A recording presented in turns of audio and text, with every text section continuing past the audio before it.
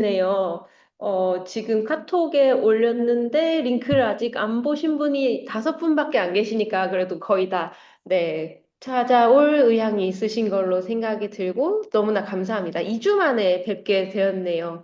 늦게 인사드립니다만 새해에도 항상 좋은 일들만 가득하시길 바라겠습니다. 오늘은 스펙트로신테시스 서울 전시 설명 마지막 날인데요. 3층이면서 동시에 양면의 조개 껍데기와 다른 챕터인 텐더 언제든 어디서든에 대해 이야기 나눌 예정입니다. 이 전시를 직접 기획하신 이용우 교수님께서 강연을 진행해 주시겠는데요. 강의는 이 전시의 메시지, 그리고 이 메시지들을 각 작가와 작품을 포함한 요소들이 어떻게 보여주고 있는지에 대해 설명드리는 시간이 될 것입니다. 여러분들이 뭐 전시 동선에 대해서도 많이 궁금해 하시겠지만, 그거는 제가 다음 주에 이제 실무 강의로서 조금 그때 조금 부연해서 설명드릴 수 있도록 하겠습니다. 오늘 강연 맡은 이용호 교수님 소개해 드리겠습니다. 이용호 교수님은 문화 연구자이자 큐레이터입니다. 현재 홍콩 중문대학교 문화연구학과 조교수로 재직 중이고요. 한국 근현대 비판적 미디어 문화 연구를 중심으로 동아시아 대중문화, 시각문화, 현대 아시아 미술, 전시 및 큐레토리얼 연구, 전후 일본 및 한국의 지성사, 후식민족 기억 등 다양한 분야에 걸쳐 연구와 강의를 진행하고 있습니다. 코넬 대학교와 뉴욕 대학교에서도 교수 직위를 역임하시기도 했습니다. 주요 공저로는 2018년 슈퍼 휴머니티, 2017년 둘 혹은 세 마리의 호랑이, 2019년 비록 떨어져 있어도 2018 부산 비엔날레 등이 있고요. 주요 큐레토리얼 작업으로는 2017년 서울시립미술관에서 공동 기획한 아시아 디바, 진심을 그대에게, 그 국제 갤러리의 2021년 로버트 메이플소프 모어 라이프와 2022년 유영국 20주기 기념전, 2021년 서울시립미술관 벙커에서 열린 있지만 없었던 등이 있습니다. 오늘 설명하실 내용이 굉장히 많기 때문에 오늘도 질문은 강의 말미에 받을 수 있도록 하겠습니다. 질문은 채팅으로 부탁드리고요. 전시의 메시지나 전시 작품들에 대한 이야기를 위주로 해주시길 정중히 부탁드리면서 또 특히 텐더 언제든 어디서든 부분에 집중해 주시면 너무나 감사하겠습니다. 그러면 이용우 교수님을 박수로 맞이하겠습니다. 안녕하세요. 아트선체센터 스펙트로 신텍시스 전시 그 본 파트 텐더 언제든 어디서든 도슨트 강연에 오신 여러분을 진심으로 환영합니다. 오늘 우리는 약 2시간 동안 이 전시를 함께 어떻게 보면 여행을 하게 될 건데요. 조금 긴 시간이지만 그만큼 풍성한 이야기들을 함께 좀 나눠보는 시간이 되었으면 좋겠습니다.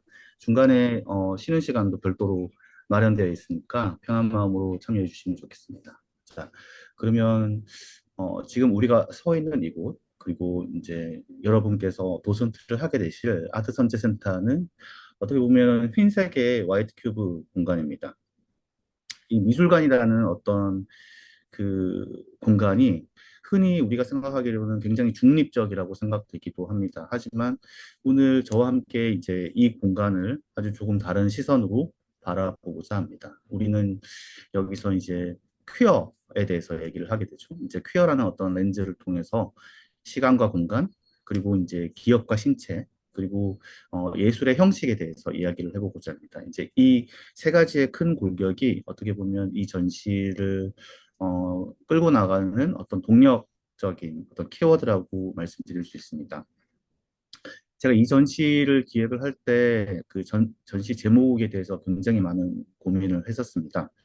그리고 최종적으로 텐더라는 제목을 붙였어요. 그리고 이제 언제든 어디서든, 그리고 영문 제목으로는 invisibly visible, unlocatably everywhere라는 뜻입니다. 이게 어떻게 보면 가시적이지만 눈에 보이지는 않지만 눈에 존재를 하고, 그다음에 어디에 존재하지는 모르지만 항상 어디에나 있다라는 어떻게 보면 굉장히 역설적인 표현으로 점철된 문장인데요. 저는 이게 한국 사회에서 퀴어를 얘기할 수 있는 가장 주요한 키워드라고 생각을 했습니다.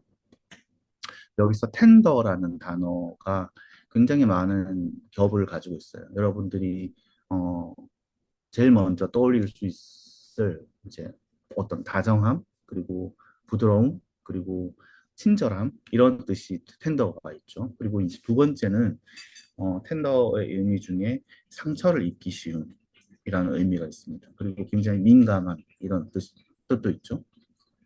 그리고 이거는 또 이제 건축 용어에서 텐더라는 용어를 굉장히 많이 사용을 합니다. 이제 그 텐더라는 의미는 어떻게 보면 무언가를 제공을 하다 그리고 베풀다 이런 동사적인 의미도 있습니다. 그래서 이 전시는 이 세 가지의 의미를 모두 담아서 한국 현대 퀘어 예술이 어떤 방식으로 존재해 왔는지 그리고 그것들이 어떤 미래를 상상하고 있는지를 보여주고자 합니다. 오늘 강의는 크게 네 부분으로 나누어서 진행을 하게 됩니다. 먼저 서문에서는 퀴어성과 시공간의 정치학에 대해서 이야기를 좀 나눠보려고 해요.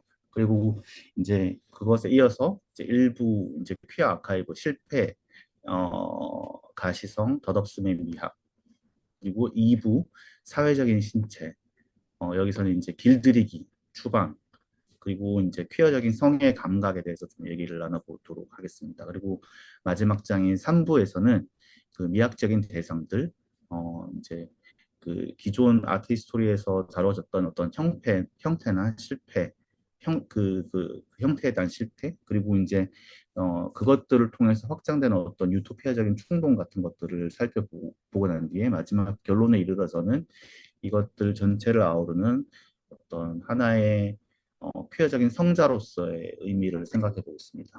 자, 그러면 이제 얘기를 좀 시작을 해보고자 합니다.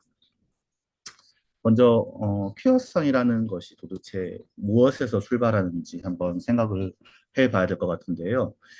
제가 가장 존경하는 퀴어 학자, 지금은 별세하신 쿠박의 미국인 학자인 호세 에스테반 미노스라는 학자가 있었습니다. 이 학자는 사실 제가 NYU에서 근무를 하고 있을 때, 제 연구실 옆동에서 근무를 하셨던 그 교수님이고, 이 분이 이제 퀴어성에 대해서 이렇게 얘기를 하고 있습니다. 이제 퀴어성은 근본적으로 시공간의 문제에서 출발한다라는 말씀을 하셨어요.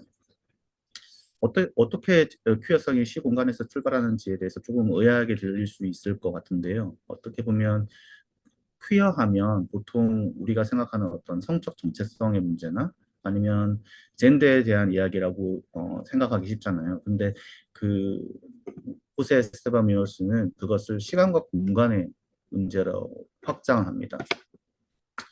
미노스에 따르면 퀴어성은 미처 여기에 이르지 않은 상태, 즉 not yet here라는 상태를 의미를 하고 이거는 어떻게 보면 아직 도래하지 않은 가능성 그리고 현실화되지 않은 어떤 잠재성에 대한 이야기를 하는 것입니다.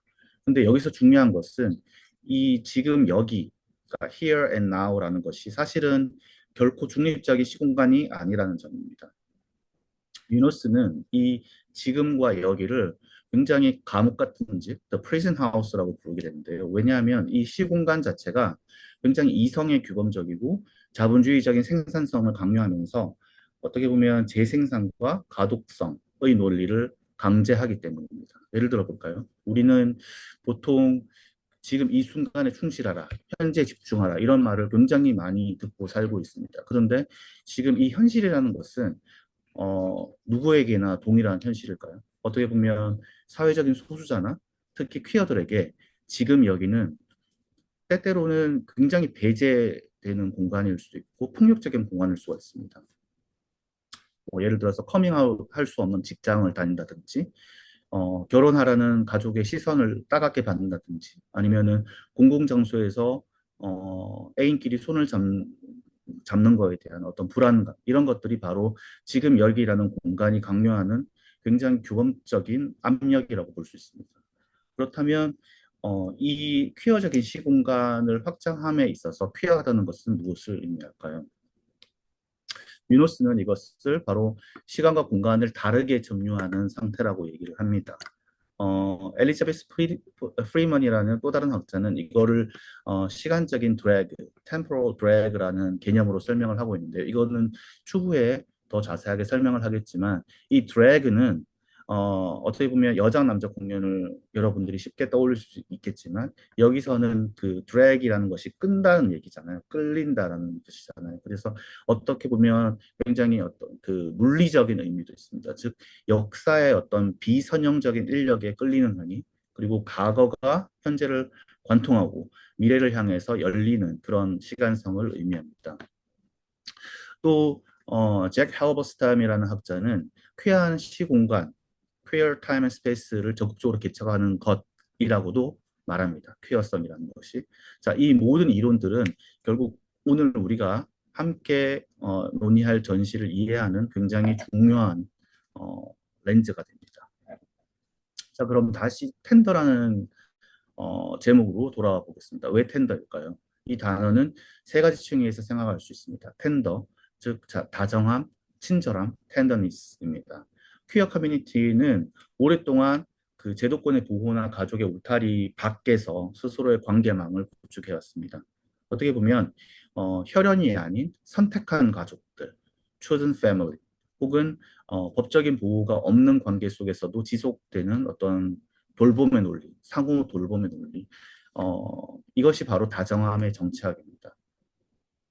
둘째는 상처 입기 쉬운 혹은 민감한의 의미로서의 텐더입니다. 이것은 퀴어들의 취약성을 인정하는 것, 그리고 퀴어 존재는 사회적으로 상처 입기 쉬운 위치에 놓여 있다는 것을 아는 것이라는 상태입니다. 그런데 이 전시는 그 취약성을 숨기거나 어떻게 보면 극복해야 될 대상으로 보지 않고 오히려 그것을 인정하고 드러내는 것 자체가 하나의 저항이 될 수 있음을 보여주고자 합니다.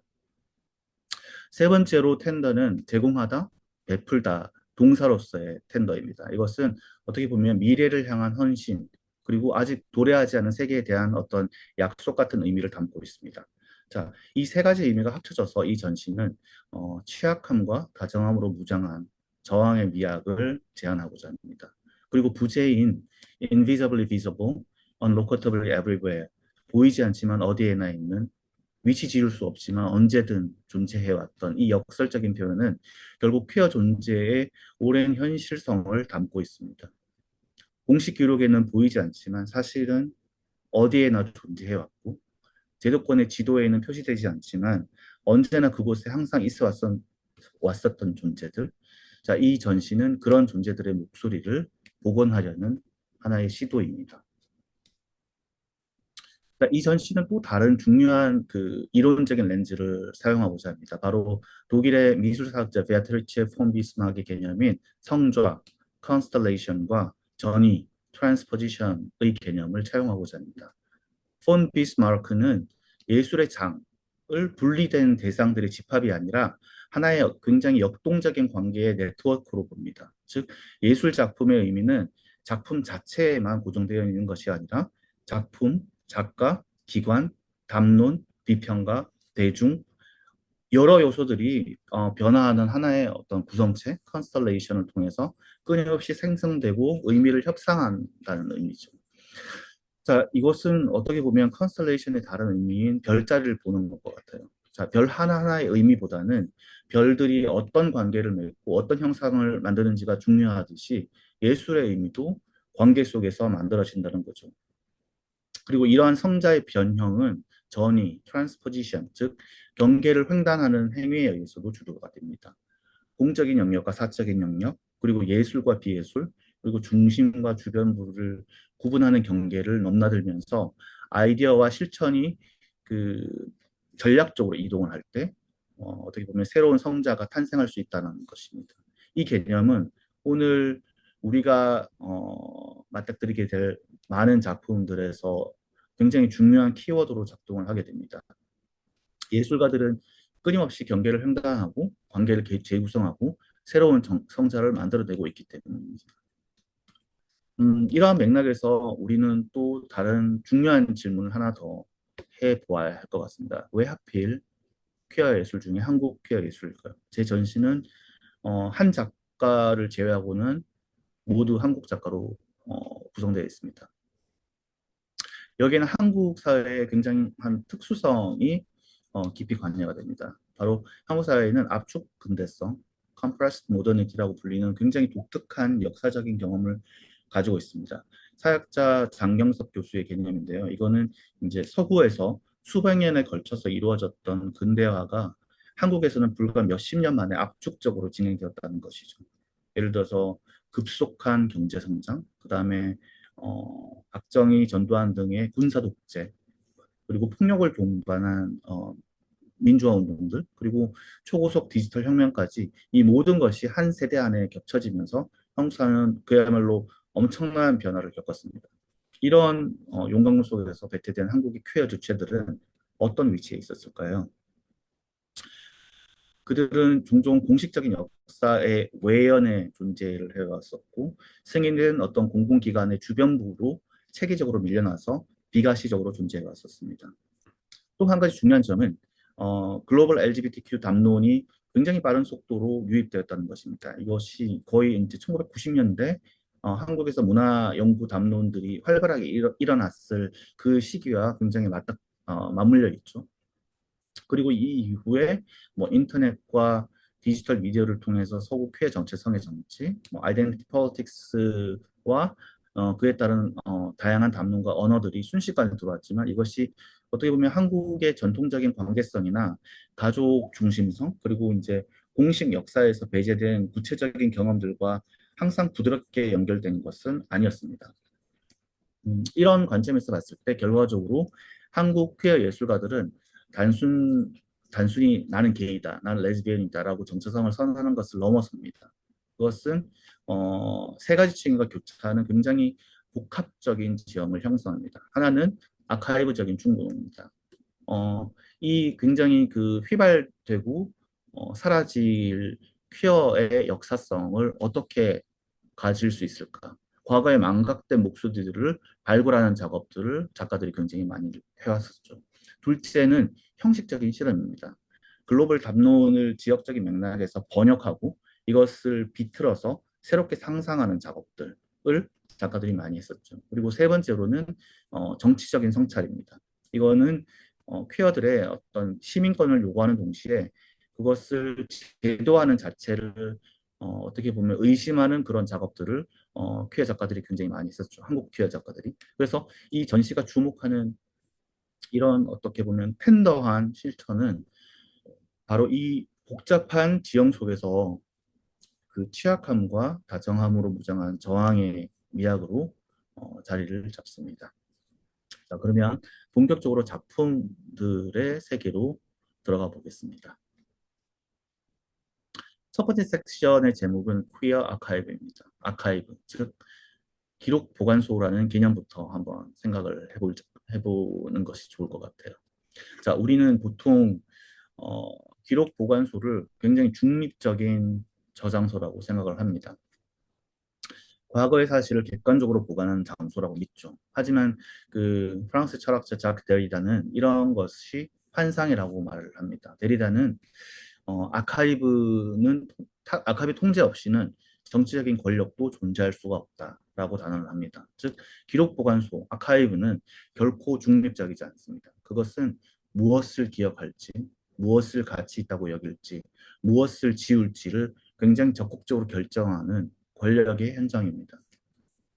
예를 들어 볼까요?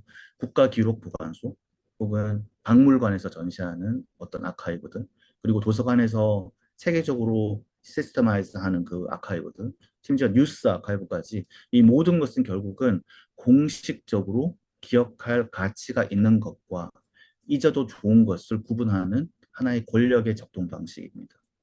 그렇다면 퀴어 아카이브 실천은 과연 무엇일까요? 그것은 본질적으로 반기억의 실천이라고 볼 수 있습니다. 즉, 공식 기억이 지워버린 것, 애초에 기록조차 하지 않은 것들을 다시 복원하는 작업입니다.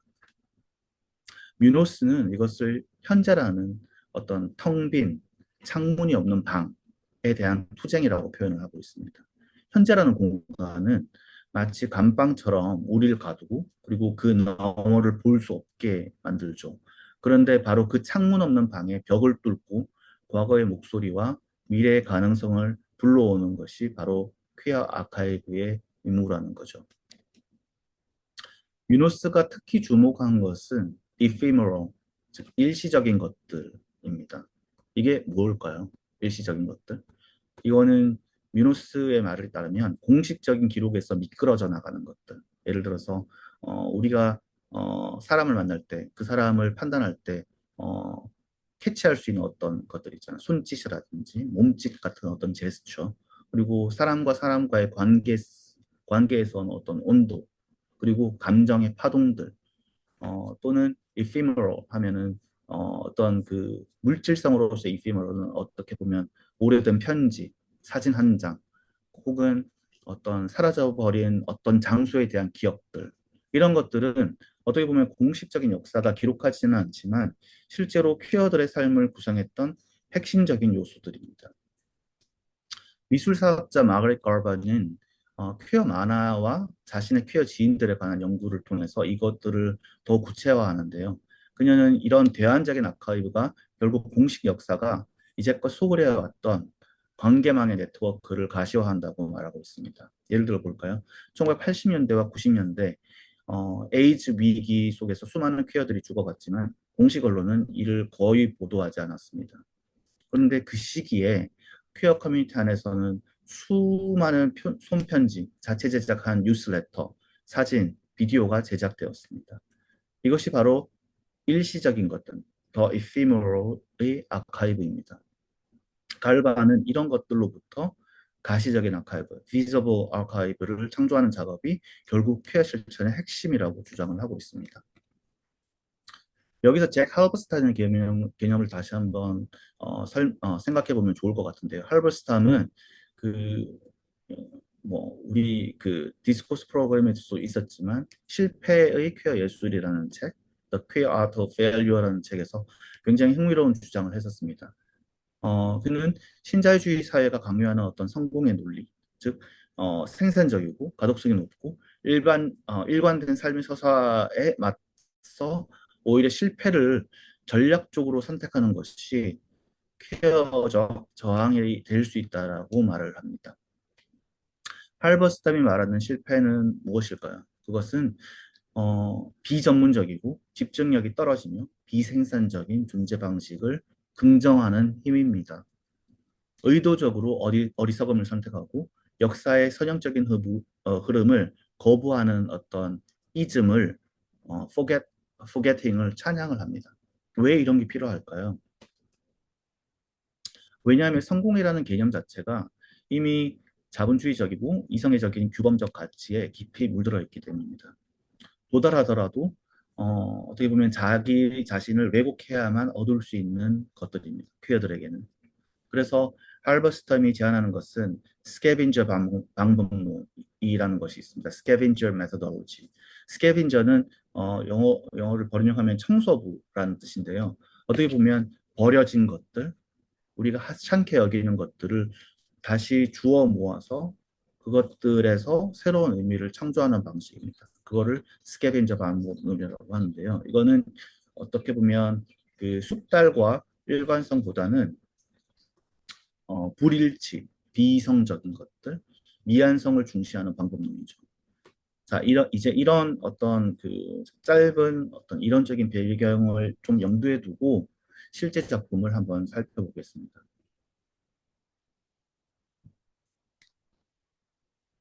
첫 번째 작가는 박민영 작가인데요. 작품 제목은 아카이브 테이블 32편의 글입니다. 이 작품을 이해하기 위해서는 친구사회라는 단체를 먼저 알아야 됩니다. 친구사회는 한국 최초의 성소수자 인권단체 중의 하나로 1990년대 초반에 활동을 시작했습니다. 그리고 이 단체는 정기적으로 뉴스레터를 발행했었는데요. 무려 2245에 달하는 굉장히 방대한 분량이었습니다. 박민영은 이 2240호 중에서 32편의 텍스트를 선별합니다. 그리고 그것을 테이블 위에 배열을 합니다. 중요한 것은 이 배열이 연대적인 연대기적인 순서도 아니고, 그리고 주제별로 선별해서 분류된 것도 아니라는 점입니다. 작가는 의도적으로 포괄적이고 기념비적인 역사를 전달하는 것을 거부합니다. 대신 이 아카이브는 파편적이고 비선명적이며 어떻게 보면 굉장히 주관적인 목소리, 그리고 기업, 정치적인 관심에 대한 하나의 성좌를 창조합니다. 여기서 우리는 이 박민영이 실패를 어떻게 포용하는지를 볼 수 있습니다. 만일 그가 한국 키어 운동의 완전한 역사를 쓰려고 했다면, 그것을 재현하고 보여주려고 했다면, 그것은 이미 불가능한 일이었을 뿐만 아니라 또 다른 권력 행사로 보여질 수 있습니다. 어떤 목소리는 포함하고 어떤 목소리는 배제하는 선택을 해야 했을 테니까요. 하지만 박민영은 그러한 총체적인 온전함을 포기하는 대신에 부분적이고 치밀하고 촉각적인 지식의 고각을 제시합니다. 관람객들은 이 테이블 주위를 걸으면서 자신만의 방식으로 텍스트를 연결하고 자신만의 이야기를 구성하게 됩니다.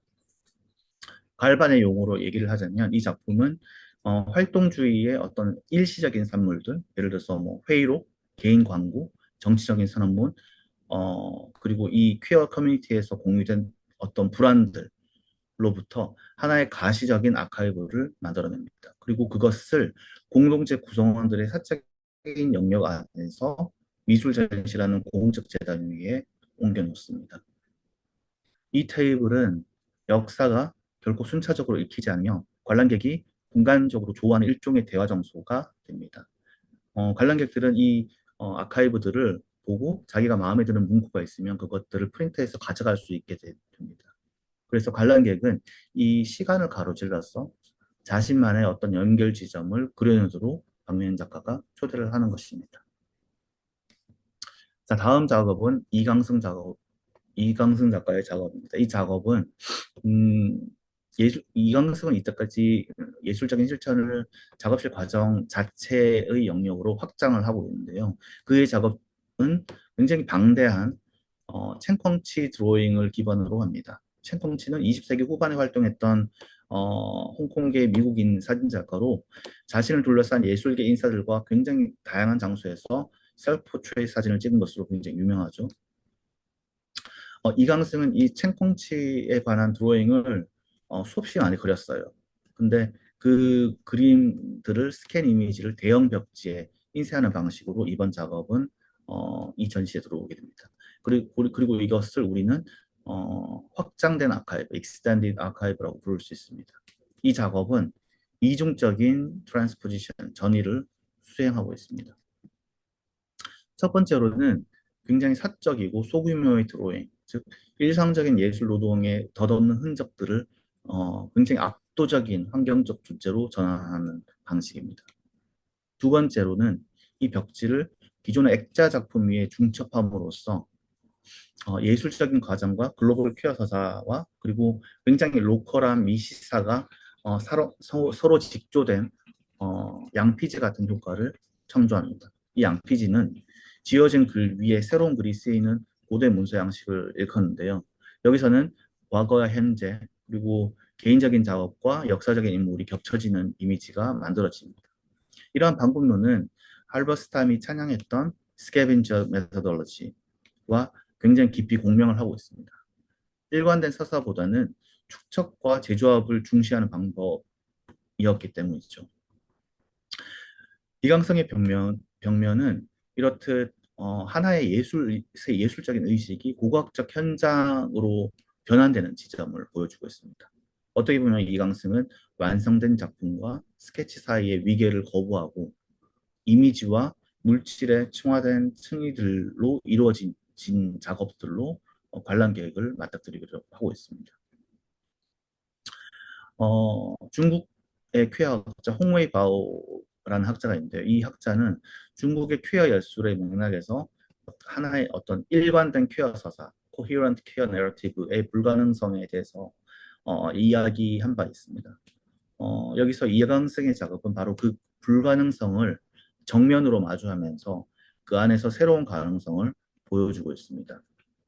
이강승의 작업이 굉장히 중요한 이유 중에 하나는 여러분들이 이 작업을 자세히 보시면 알겠지만 그 작업 안에서 주체를 지워버립니다. 그래서 그 챙쾅치의 사진이 챙쾅치의 얼굴을 드러내면서 그 뒤에 배경에 굉장히 중요한 어떤 그 모니먼트들이 있었다면 모뉴먼트만 존재하고 그 앞에 있는 주체들의 얼굴을 다 지워버리는 방식으로 이강승이 작업을 한 거죠. 그러면서 어떻게 보면은 전 세계의 퀴어 역사를 한국 안에 포섭시키는 어떤 방식을 취하고 있습니다. 이것은 이강승이 굉장히 유토피아적 가능성의 지도를 관람객에게 제시하는 방식이기도 하고 굉장히 명확한 전진 경로가 아닌 가능성의 짙은 덤불, 즉 아직 의식하지 않은 것, not yet conscious의 시각적인 대응물이라고 생각을 하시면 됩니다. 이 전시에서는 이강성의 작업은 몇 가지가 더 들어오죠. 예를 들어서 Slut for Art라는 챔펑치의 작업을 네온사인화한 작업들도 들어오고요. 그리고 이 무제라는 작품도 들어옵니다. 자, 여러분 이 작업을 보시면 어떤 느낌이 드시나요? 이 작업은 사실 퀴어들이 서로 비밀스러운 만남을 가졌던 극장이랄지 사우나랄지 이런 곳이 이제는 사라져버리고 소멸되어 가는 상태에서 이강석 작가가 직접 그 장소들을 방문을 해서 거기서 피스를 하나씩 가져온 작업입니다. 그래서 이 작업은 이 전시의 중앙에 배치가 되는데 굉장히 중요한 피스로 자리를 잡게 됩니다. 세 번째 작가는 문상훈 작가입니다.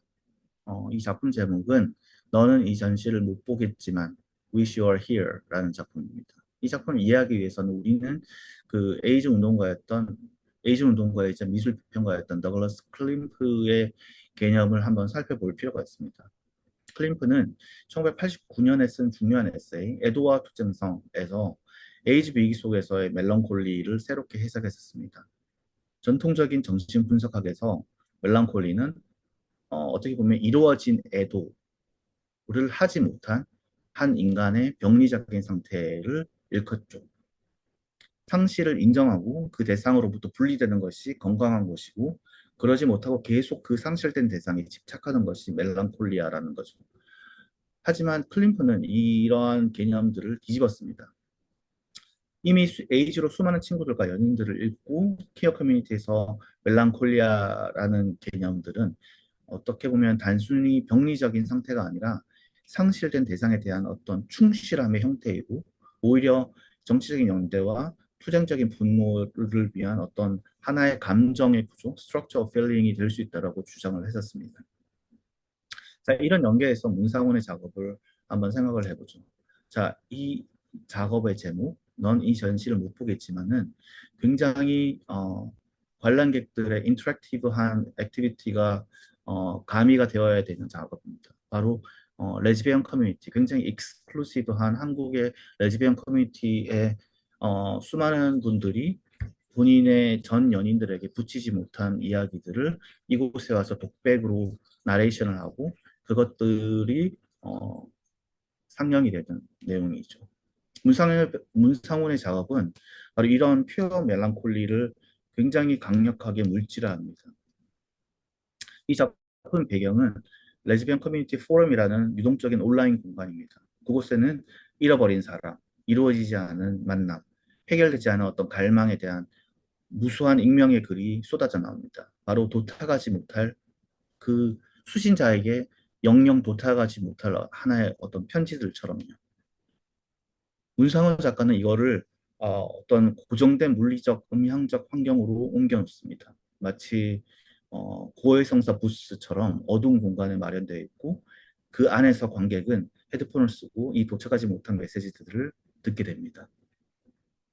그리고 더 흥미로운 지점은 관객 스스로 자기 자신의 미수진 메시지, 즉 전달하지 못한 말들을 기록할 수 있도록 이 작품이 초대를 한다는 거죠. 그래서 관객들은 단순히 관람자가 아니라 이루어지지 않은 욕망의 어떻게 보면 보이지 않는 기록 보관소에 대한 증인이자 참여자가 됩니다. 여기서는 어떤 해결되지 않은 슬픔과 갈망은 더 이상 개인의 병리적인 상태가 아닙니다. 그것은 굉장히 아이러니하게도 공유된 집단 경험의 진료 그 자체가 됩니다. 이거는 할버스탐이 얘기했던 생산적이지 않은 감정, 극복하지 못하고 나아가지 못하는 어떤 실패가 여기서는 굉장히 공명하는 공공적인 정치적 발언으로 전환이 되는 거죠. 이것이 바로 텐더한 정치의 한 단면입니다. 인스톨레이션 뷰는 이런 방식이고요. 문상훈 작가는 이 작품 이에도 Future Care is Here라는 네온사인 작업도 함께 들어오고 그리고 제니털이라는 그 손 사진 작업도 함께 들어옵니다. 자, 다음 작품은 김경목의 VR 작업인 5.25 제곱미터입니다. 이 작품은 제목에서도 알 수 있듯이 감방 크기를 의미합니다. 작가는 양심적 병역 거부, 그 성소수자로서 양심적 병역 거부라는 개인적 선택으로 인해 실제로 수감이 되었던 경험이 있습니다. 국가 권력이 개인의 양심을 이유로 신체를 감금하는 공간, 감옥, 그리고 그곳은 어떻게 보면 규율적인 격리와 시간적인 정지의 공간입니다. 밖에서는 시간이 흘러가지만 그 안에서는 모든 것들이 멈춰 있죠. 그런데 김경목은 이 감금의 공간을 VR 기술을 통해서 하나의 내성적인 성찰과 기억의 가상 영역으로 전환하고 있습니다. 여기서 우리는 이탈리아 철학자 조르지오 아감베의 개념을 떠올릴 수 있습니다. 아감베는 그의 책인 스탕자 라는 개념을 탐구를 합니다. 스탕자는 하나의 단순한 방이라고 부를 수 있는 이탈리아어로 방이 아니라 하나의 갈망과 결핍 그리고 시적 발명이 일어나는 복합적이고 정신적인 공간을 아감베는 일컫습니다. 그리고 그 의미가 정지되고 해체되며 재합성되는 어떤 정지 상태 혹은 정거장이 바로 스탕자라고 할 수 있죠. 김경묵의 가상 감각은 바로 이런 아감벤식 스탕자의 전형입니다. 이것은 극도의 물리적인 그리고 법적인 제약의 장소이면서 역설적으로 무한한 내적 자유 그리고 환상, 재창조의 공간이 됩니다. VR 헤드셋을 쓴 관객들은 이 작은 감방을 거닐면서 벽에 투사된 이미지와 소리들을 경험하게 됩니다. 이것은 마치 작가의 기억과 상상력이 펼쳐지는 지도와 같죠. 이 작품은 국가의 감금 장치에 의해서 꺾이거나 그것이 의도한 대로 생산적인 방식으로 이용되지 않는 생존을 위한 어떤 기이한 예술적인 탐구를 기록합니다. 이거는 아까 말씀드렸던 중국 쾌학자 홍웨이바오가 현대 중국 쾌해 예술에서 발견한 국가 권력에 대한 회복력과 전략적 대응의 한 방식을 여기서 우리는 찾아볼 수 있는 거죠. 김경목의 작업은 어, 단순히 수감의 기록이 아니라 이 경험 자체가 하나의 명상적이고 공동체적인 형식으로 전환되고 그리고 이것이 미술관 속에서 관람자의 몸과 감방, 감방에 갇힌 어떤 기억된 몸 사이 혹은 국가의 시간과 케어의 시간 사이를 강제로 연결하는 하나의 성자를 형성하게 됩니다. 자, 다섯 번째 작가는 이반지하입니다. 이 작품 제목은 지금 여기 대한민국에서 살아있다는 것, Staying Alive Here in South Korea입니다. 이반지하의 작업은 퀴어 아카이브의 충동을 생존과 저항의 즉각적인 현재성으로 확장을 합니다. 이반지하의 작업은 개인적인 서사와 한국 사회 전체의 어떤 정동, effect, 즉 집단적인 어떤 감정 구조를 대형 역사화로 기록하려는 하나의 시도입니다. 그 그림 속에서는 세월호, 이태원 압사와 같은 집단적인 트라우마들의 이미지들이 등장합니다. 동시에 퀴어 예술가로서의 어떤 일상적인 저항과 우연한 연대의 순간을 또 함께 그려집니다. 여기서 중요한 것은 작가의 페르소나인 호보스라는 개념입니다. 호보스는 떠돌이, 일꾼 혹은 불황자를 의미하는 호보와 퀴어 신체의 어떤 정동을 결합한 하나의 개념입니다. 즉 정착하지 못하고 안정된 노동이나 가족의 울타리 밖에서 살아가야 하는 존재들. 하지만 그럼에도 불구하고 죽지 않고 살아남은 존재로서의 퀴어 주체성을 시각화합니다. 제가 오늘 그 이반지아 작가에게서 오늘 그 아트 선재에 설치한 작업을 받았는데요. 바로 이 작업입니다. 이반지아 작업은 굉장히 독특하죠. 그는 갤러리 공간과 온라인 플랫폼을 자유롭게 가로지면서 작업을 합니다. 인스타그램에서 그림을 올리고 그에 대한 반응을 다시 작업에 반영하기도 하죠. 이는 한국 퀘어 페미니스트 커뮤니티의 어떻게 보면 생존자 유머, 서바이벌 휴머와 저항의 미학을 함께 구축하는 과정이기도 합니다. 이 작품은 우리에게 굉장히 중요한 메시지를 전달을 합니다. 바로 아카이브는 단지 과거에 대한 기록이 아니라 현재의 고통과 저항을 통해서 미래 가능성을 예비하는 하나의 생존의 아카이브, Archive of Survival이라는 사실입니다. 자, 이 섹션의 마지막으로는 앤슨막을 아까 말씀드렸듯이 모두 한국 작가인데 단 한 작가가 홍콩 작가 앤슨막의 작업입니다. 앤슨막의 작업 같지만 다른 Same Yet Different 라는 작업입니다. 이 작업은 1996년 작품입니다. 이 작업은 1995년도에 홍콩 입법회의원인 안나 우가 발의한 평등기회 법안을 둘러싼 시위와 토론을 담고 있습니다. 이 법안은 성적 지향성, 젠더, 연령, 장애, 가족 책임 등을 포함한 굉장히 포괄적인 차별금지 법안이었습니다. 이 영상 속에서 우리는 퀘어 시스터즈를 비롯한 그러니까 홍콩의 레즈비언 커뮤니티, 바이 커뮤니티에서 굉장히 입지전적인 역할을 했던 퀘어 시스터즈라는 그룹이 있었어요. 그리고 이 퀘어 시스터즈를 비롯한 우리가 익히 알고 있는 홍콩의 굉장히 유명한 레즈비언 작가인 뭐 앨런 파우 같은 작가들 이 다 이런 그 퀘어 시스터즈에 포함되어 있었죠.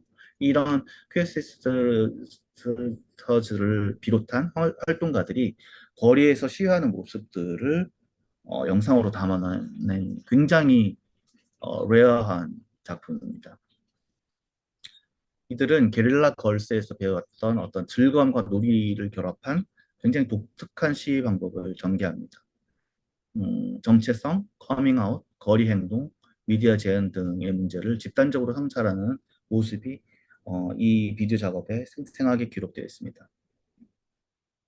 앤스막의 영상은 뮤노스가 얘기했던 일시적인 것들, ephemeral, 즉 공식 기억에서 쉽게 삭제되거나 왜곡되는 제스처, 관계, 유머, 집단적인 토론의 순간들을 예리하게 포착합니다. 특히 이 작업이 중요한 이유는 그것이 홍콩의 지역적인 투쟁을 넘어서 아시아 내의 퀘어 운동이 어떻게 지역적인 조건과 초국적 흐름을 교차시키면서 고유한 실천들을 만들어내는지를 보여주기 때문입니다. 게릴라 걸스라는 그 서구의 페미니즘 예술 운동이 홍콩 퀘어 활동가들에게 수용되고 변형되는 과정은 바로 폰 비스마르크가 말했던 전위의 한 예라고 할 수 있습니다. 또한 이 작업은 데리다가 얘기했던 아카이브 통제에 맞서서 공식 기록이 이때까지 배제했던 그 목소리들 그리고 신체적인 특징들, 실천들을 복원하고 있습니다. 동시에 기록 매체 자체, 즉 아날로그 DV의 데이터베이스의 물질성과 시간성을 그대로 노정함으로써 기록의 불완전함과 일시성마저도 아카이브의 일부로 포용을 하고 있습니다. 앤스막의 작업 역시 실패의 미학을 내포하고 있습니다. 이 영상은 완결된 운동사의 서사를 제공하지 않습니다. 오히려 당시 활동가들의 실험적인 시위 방식과 내부 논쟁, 예를 들어서 통쯔라는 단어가 있죠. 통쯔는 LGBTQ를 통칭하는 중국 단어인데요.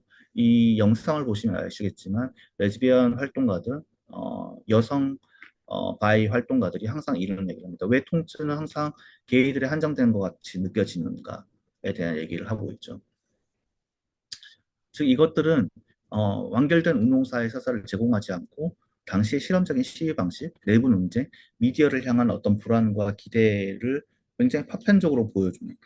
그리고 성공적인 정치적 주체들의 이미지를 포착하려 하기보다는 어, 온고잉하는 과정들, 과정 중인 실험들, 그리고 그 안에서 담긴 어떤 유머러스함, 그리고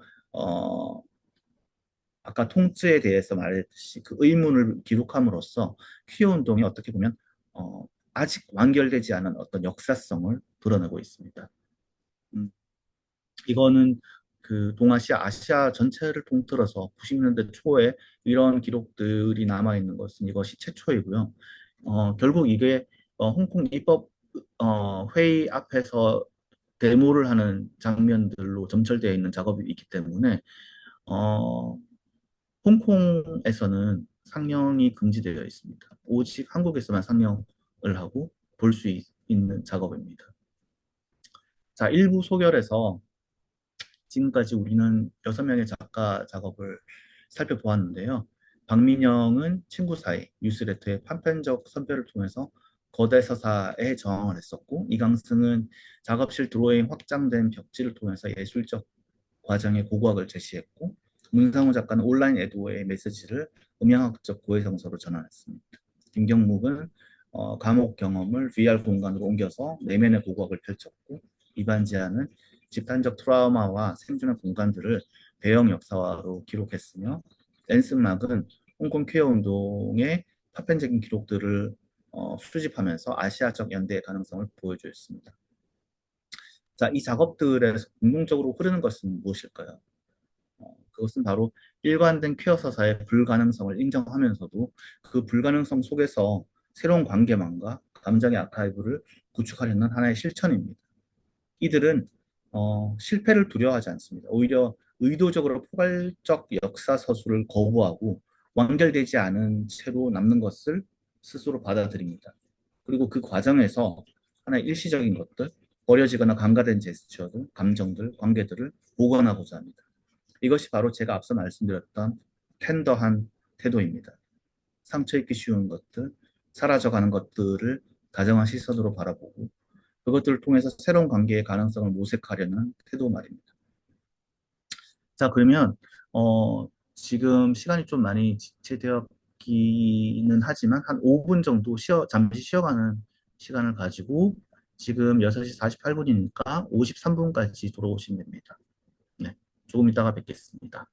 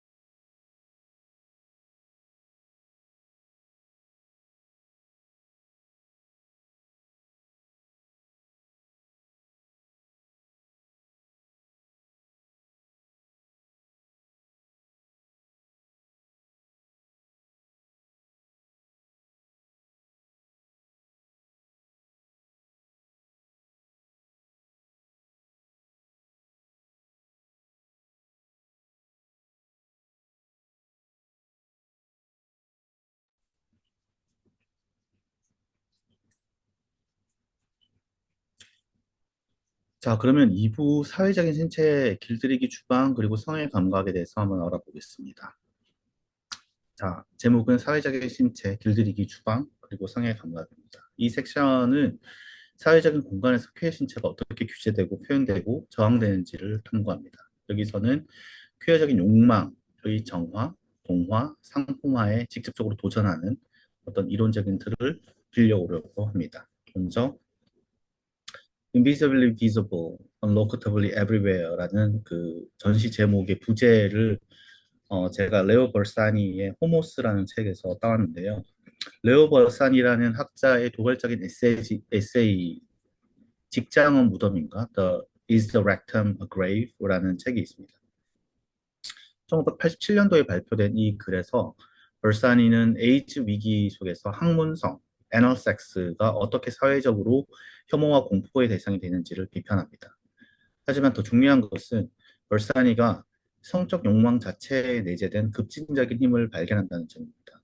그는 이것을 자기 분열, self shattering 혹은 쾌락, 조이선스라는 개념을 통해서 설명을 합니다. 즉, 성적 쾌락은 우리의 일관된 자아를 무너뜨리는 어떤 하나의 경험 구조라는 거죠. 그래서 벌사니는 성적 본질이 자아의 상실이 아닌 그 일관성에 대한 쾌락적인 항복으로서의 자기 분열에 있을 수 있다고. 즉, 안정되고 통일된 나라는 존재가 일시적으로 섹스를 통해서 해체되는 경험. 그것이 바로 성적 쾌락의 핵심이라고 말하고 있습니다. 이 주장은 퀴어 이론가들에게 굉장히 큰 충격을 주었습니다. 왜냐하면은 그때까지 퀴어 정치의 주된 흐름은 우리도 존중받을 권리가 있다. 우리의 정체성도 인정받아야 한다는 식의 정체성 정치가 전부였기 때문이죠. 그런데 벌사니는 1980년대 말에 오히려 정체성 자체의 해체 혹은 자기 경계의 붕괴에서 급진적인 가능성을 찾은 것이죠. 그리고 또 하나의 중요한 이론가이자 다큐멘터리 필름메이커가 있습니다. 바로 리처드 펑이라는 분인데요. 이분의 영상 에세이인 나의 어머니의 장소, My Mother's Place라는 작업이 있습니다. 그리고 그의 기초적인 저작들은 아시아 남성 신체가 서구 게이 포르노그래피에서 어떻게 패티시화 되었는지를 비판을 하고 있습니다. 리차드 펑은 아시아 남성의 신체가 서구의 시선 속에서 어떻게 수동적이고 여성화되면서, 그러니까 아시아 남성은 항상 그 게이 커뮤니티 안에서 탑과 바텀, 그러니까 남성의 역할을 하는 탑, 그리고 여성의 역할을 하는 바텀이 있는데, 항상 아시아 남성은 바텀으로 형성화되고 여성적이고 수동적이고 특정한 성적 역할로 고정되는지를 분석하고 있습니다. 또한 그는 큐의 삶을 가축화하고 사회적으로 수용 가능하며 동화적인 방식으로만 표현되는 관행을 넘어설 것을 촉구하고 있습니다. 그래서 리차드 펑은 가축화를 넘어서 Beyond Domestication이라는 표현을 썼었죠. 그의 표현은 이 섹션 전체의 하나의 키워드가 됩니다. 왜냐하면은 이 섹션은 크루징에 대해서 다루고 있습니다. 우리는 다시 미노스의 개념으로 돌아가서 크루징 유토피아의 개념을 좀 얘기를 해봐야 될 것 같은데요. 크루징이라고 하는 것은 보통 퀘어 커뮤니티에서 굉장히 은밀한 만남의 장소, 예를 들어서 공원, 화장실, 대중목욕탕 등에서 익명적인 성적 만남을 찾는 행위를 말합니다. 그러나 뮤노스는 이것을 단순히 성적 실천으로 보지는 않습니다. 그는 크루징을 도시의 틈새에서 가능성을 발견하는 하나의 유토피아적인 세계 구축의 방식이라고 재해석합니다. 즉, 사회가 허용하지 않은 공간, 시간, 관계를 찾아내는 행위. 그 과정에서 발견하는 굉장히 은밀한 오아시스들. 거기서 형성되는 굉장히 일시적이지만 강렬한 연대와 친밀감. 뮤노스는 이것을 바로 교범적이고 길들여진 삶의 인프라적 친밀성, 인프라스트럭처럴 인티머시에 대한 도전이라고 말하고 있습니다. 서약자 티얼사라는 작가의 표현을 빌자면 크루징 장소는 도시 구조 내에서 내재된 동시에 어떤 굉장히 그 불법적인 친밀함을 조성하는 공공사적인 하나의 그 공간적인 접점이라고 볼 수 있습니다. 그리고 그곳에서 형성되는 관계는 이성의 중심적 가족 구조 밖에 존재하는 관계성의 형태입니다. 이러한 크루징의 시공간성은 장소로서의 신체와 신체의 감각의 확장으로서의 장소성이 함께 혼재되어 있습니다. 어떻게 보면 사람들은 사람과 섹스를 하러 만남을 가지러 그곳에 가는 것이 아니라 그 장소와 관계를 가지고 섹스를 하러 가는 것일 수도 있습니다. 그렇게 크루징하는 사람들의 몸은 단순히 공간 속에 위치하는 것이 아니라 그 자체로서 하나의 욕망의 지도가 되고 만남의 장소가 됩니다.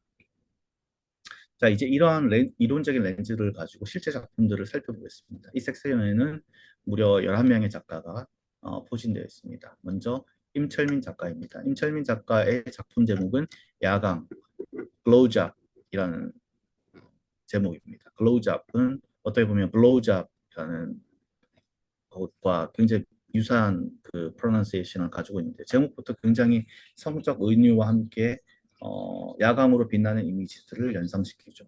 이 작업은 큐어 크루징 스팟이었던 파고다 극장, 극동극장처럼 이제는 사라진 서울의 한 영화관들을 담고 있습니다. 80년대와 90년대 이 영화관들은 퇴락한 영화관들이었고 인기가 없는 영화관들이었는데 이 장소들을 퀴어들이 점유를 하면서 그곳에서 은밀하게 성의 행위를 하였던 공간이라고 합니다. 이 영화관들은 단순히 영화를 보는 공간이 아니었습니다. 그것은 게이 남성들의 중요한 만남의 장소이자 사회적인 만남의 공간이었습니다. 여기서 굉장히 흥미로운 것은 임철민이 리차드 펑의 비판을 역전시킨다는 것입니다. 펑이 비판했던 것은 아시아 남성 신체가 서구의 페티시즘적인 시선들의 대상이 되는 것이었죠. 그런데 임철민의 카메라는 정반대의 시선을 채택합니다. 즉, 크루징을 하던 이들의 시점, 욕망하는 주체의 시선으로 공간을 바라봅니다. 그리고 카메라 자체가 크루징을 하듯이 그 시선들은 그림자에 머물면서 이 욕망의 건축들을 하나하나 더듬어 갑니다. 어두운 복도, 그리고 희미하게 비춰지는 비상등, 텅 빈 의자. 이 이미지들은 과거의 욕망이 깃든 장소들을 현재 시점에서 재구성하고 있습니다. 이것이 바로 미노스의 크루징 유토피아에 대한 시각적인 부연입니다. 영화관은 공공과 사적의 접점으로서 도시 구조 내에 배제된 어, 존재들이 어, 불법적인 어떤 친밀함을 가지는 장소들을 예리하게 포착을 하고 있습니다. 그리고 그곳에서 형성된 관계는 이성의 중심적인 가족 구조 밖에 존재하는 어떤 관계성의 형태들이었습니다. 임철민은 이러한 공간적 실천의 역사를 현대미술과 실험적인 다큐멘터리의 맥락으로 옮겨와서 과거의 유령과 같은 어떤 철학한 영화 극장 공간과 현재 순간 사이의 성자를 형성하고 있습니다. 다음 작업은 홍민기의 작업인 패러다이스, 낙원이라는 작업입니다. 이 작업은 어, 종로의 옛 극장들을 배경으로 성소수자들의 크루징 장소들의 역사를 되짚고 있습니다. 애니메이션으로 만든 작업이죠. 여기서 중요한 키워드는 낙원이라는 단어의 굉장히 이중적인 의미입니다. 첫 번째는 말 그대로 낙원은 패러다이스, 즉 낙원이라는 뜻이죠. 1980년대 종로의 밤거리는 게이 남성들에게 일종의 낙원과 같은 장소로 자리를 잡았습니다.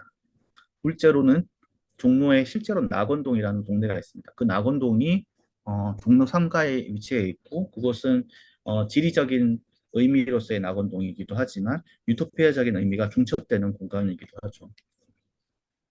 홍민기는 인터뷰와 기록을 통해서 사회적인 타자들이 공적 공간의 틈새에 싹 틔운 퀴어 문화의 계보와 그 역사를 가시화합니다. 그때 그곳에서 어떤 일이 있었고 사람들은 어떻게 만나고 관계를 맺었는지 그 증언들을 하나하나 모아서 하나의 영상 아카이브를 구축합니다. 이 작업의 다큐멘터리적인 성격은 굉장히 중요한 의미를 가지고 있습니다. 왜냐하면 이런 공간들은 대부분 이미 사라졌거나 급격하게 다른 리모델링을 해서 다른 건물로 변모했기 때문입니다. 지금 파고다 공원 극장 자리에는 그 파고다 극장 자체는 아직도 남아 있지만 지금은 고시원으로 사용되고 있죠.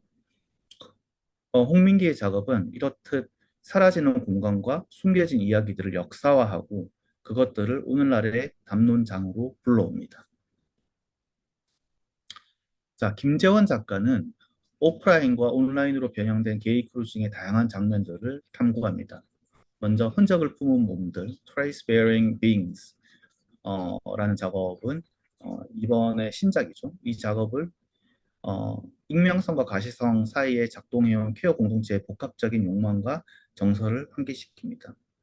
여러분이 이 공간 안에 들어가면 계속 울리는 소리들, 예를 들어서 뭐 그 퀘어 커뮤니티에서 사람들을 찾을 때 사용하는 그 어플이 있잖아요. 그 어플 소리들이 계속 들릴 겁니다. 뭐 그라인드라든지 잭디라든지 이런 어, 앱에서 만들어진 어떤 그 사운드들 그리고 그 화면 속에서 형상들은 끊임없이 증식하고 뒤틀리며 뜹니다.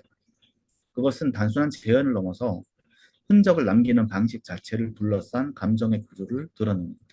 예를 들어서 온라인 데이트 앱에서의 짧은 대화, 그것들이 이제 작은 영상 모니터에 보여지게 되고 그 프로필 사진들의 선택, 어떤 사람들에게 내 모습이 보여줄까에 대한 어떤 그런 희망들, 그리고 만남 이후에 남는 기억들, 이런 것들은 물리적인 흔적보다는 하나의 정서적인 흔적으로 남습니다. 그래서 김지원 작가는 그런 정서적인 흔적들을 시각화하려고 시도하고 있습니다. 두 번째 작업은 체온, body temperature라는 작업입니다. 이 작업은 미검출이 감염 불가라는 유라는 작업이 있습니다. 그 에이즈 시대에 남성과 성관계를 가진 남성들의 관계를 다루고 있습니다. 이 작업은 HIV 치료제를 꾸준히 복용해서 바이러스 양성이 검출되지 않을 경우 성관계를 통한 전파가 불가능하다는 과학적인 사실을 이야기하고자 합니다.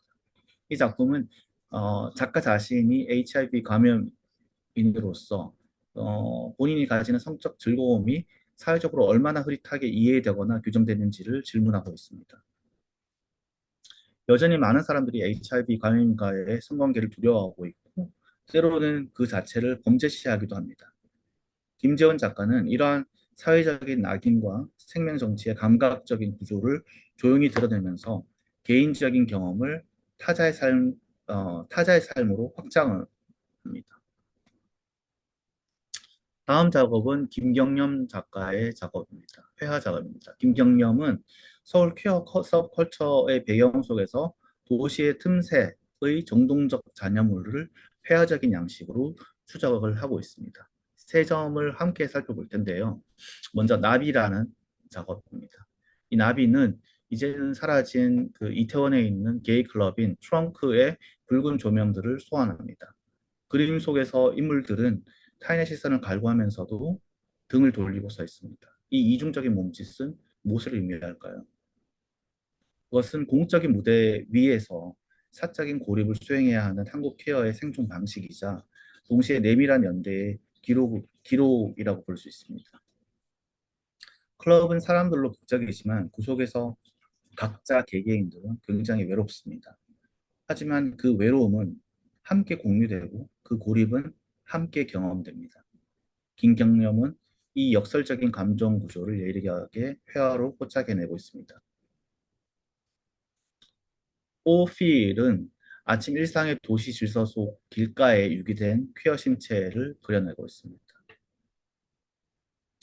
마치 도시가 배설한 우울한 증거물처럼 클럽이 닫히고 아침에 사람들이 이제 사라진 새벽 거리에 거기 남겨진 하나의 어떤 피로와 고독의 흔적으로서 퀴어의 존재가 누워 있습니다. 이 캔버스는 클럽이라는 어떤 스펙터클이 지나간 뒤에 남은 어떤 고독, 피로감, 그리고 사회적인 규범 시간대에 포섭되지 않는 퀴어의 이질적인 시공간을 굉장히 건조하고 멜랑콜리한 질감으로 기록하고 있습니다. 그리고 세 번째 작업은 이 작업인데요. 여기는 어, 작가의 노트도 함께 포함되어 있습니다. 한번 읽어보시죠.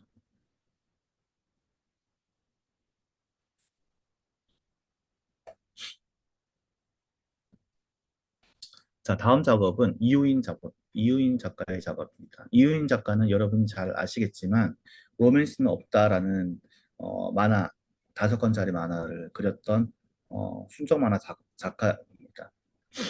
그의 리소 프린트 연작 The Ballad of 오이톨, 즉 이태원의 시공간성을 부드럽게 담아내는 어떤 지도화하는 작업, 만화로 담아내는 작업입니다.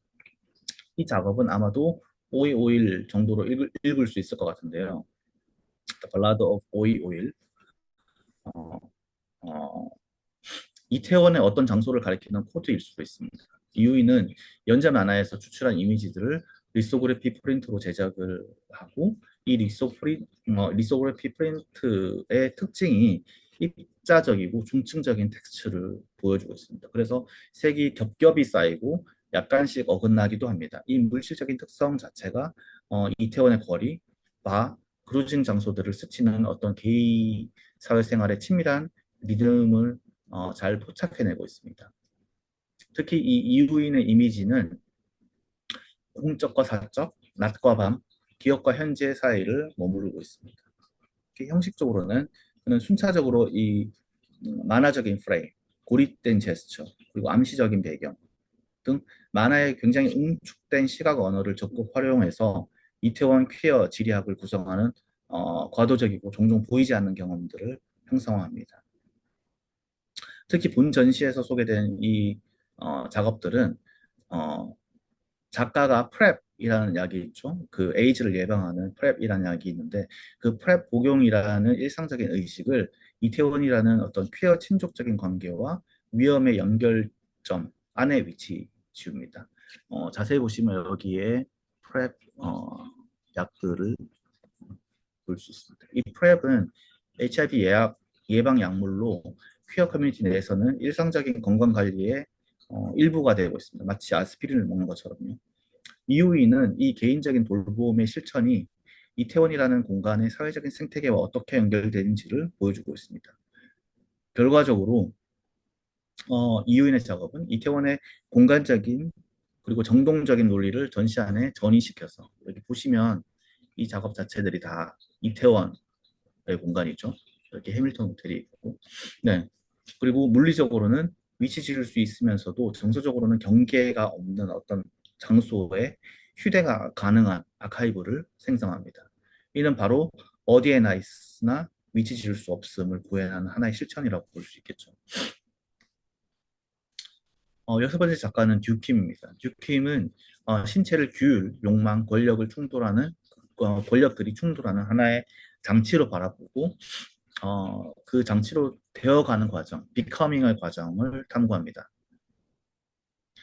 이 작업, Deep Space Parosia라는 이 프로젝트는 억압 속에서 감각을 재획득하고 변형되는 쾌락적 퀴어 신체의 과정을 다룹니다. 이 작업은 BDSM에 대한 작업이죠.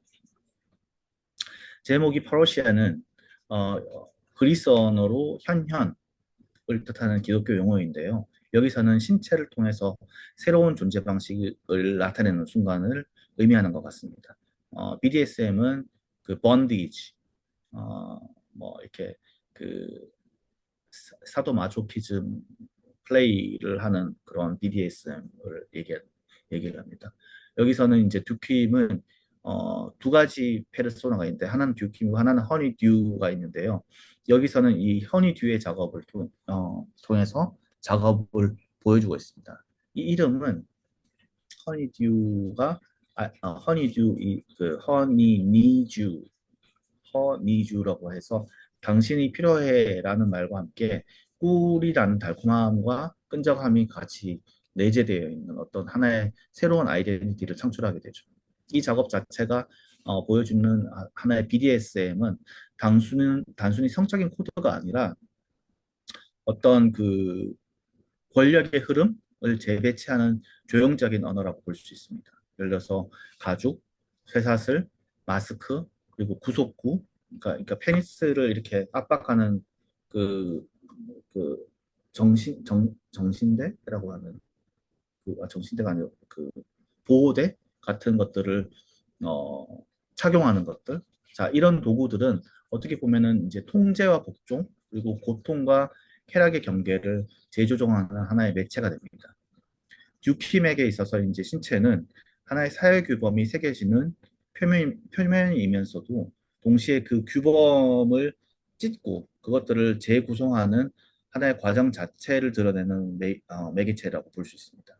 그래서 듀킴의 작업에서 신체는 하나의 고정된 실체가 아니라 끊임없이 변화하고 재창조되는 과정 그 자체를 드러내는 방식입니다. 일곱 번째 작가는 성재윤 작가입니다. 성재윤 작가는 트랜스 남성으로 정체화되는 과정들을 담은 사진 연작들인 The Guy Days를 통해서 이태원이라는 복합적인 기억 공간을 기록합니다. 성재윤 작가는 시스젠더, 자신이 태어난 어떤 성별과 정체성이 일치하는 사람인 시스젠더 게이 남성 문화가 지배하는 이 이태원이라는 공간에서의 소외감과 결핍을 경험합니다. 하지만 동시에 클럽 공간에서는 해방감과 섹슈얼리티의 노출을 경험하기도 합니다. 그의 사진들은 굉장히 양가적인 감정을 포착하고 있는데요. 특히 흥미로운 지점들은 그가 자신의 신체를 콜라주로 감각한다는 표현입니다.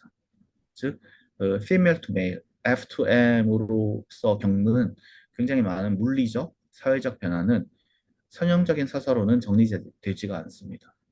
호르몬 치료랄지, 수술이랄지, 사회적인 인식의 변화랄지, 자신의 정체성 변화랄지, 이 모든 것들은 결국은 동시다발적이고 복잡하게 얽혀 있습니다. 성재윤은 사진이라는 매체를 통해서 이런 복잡성을 포착하려고 시도를 합니다. 그의 사진 속 신체는 하나의 통일된 이미지가 아니라 여러 시간대와 경험들이 겹쳐진 하나의 콜라주와 같은 형태를 보이고 있습니다.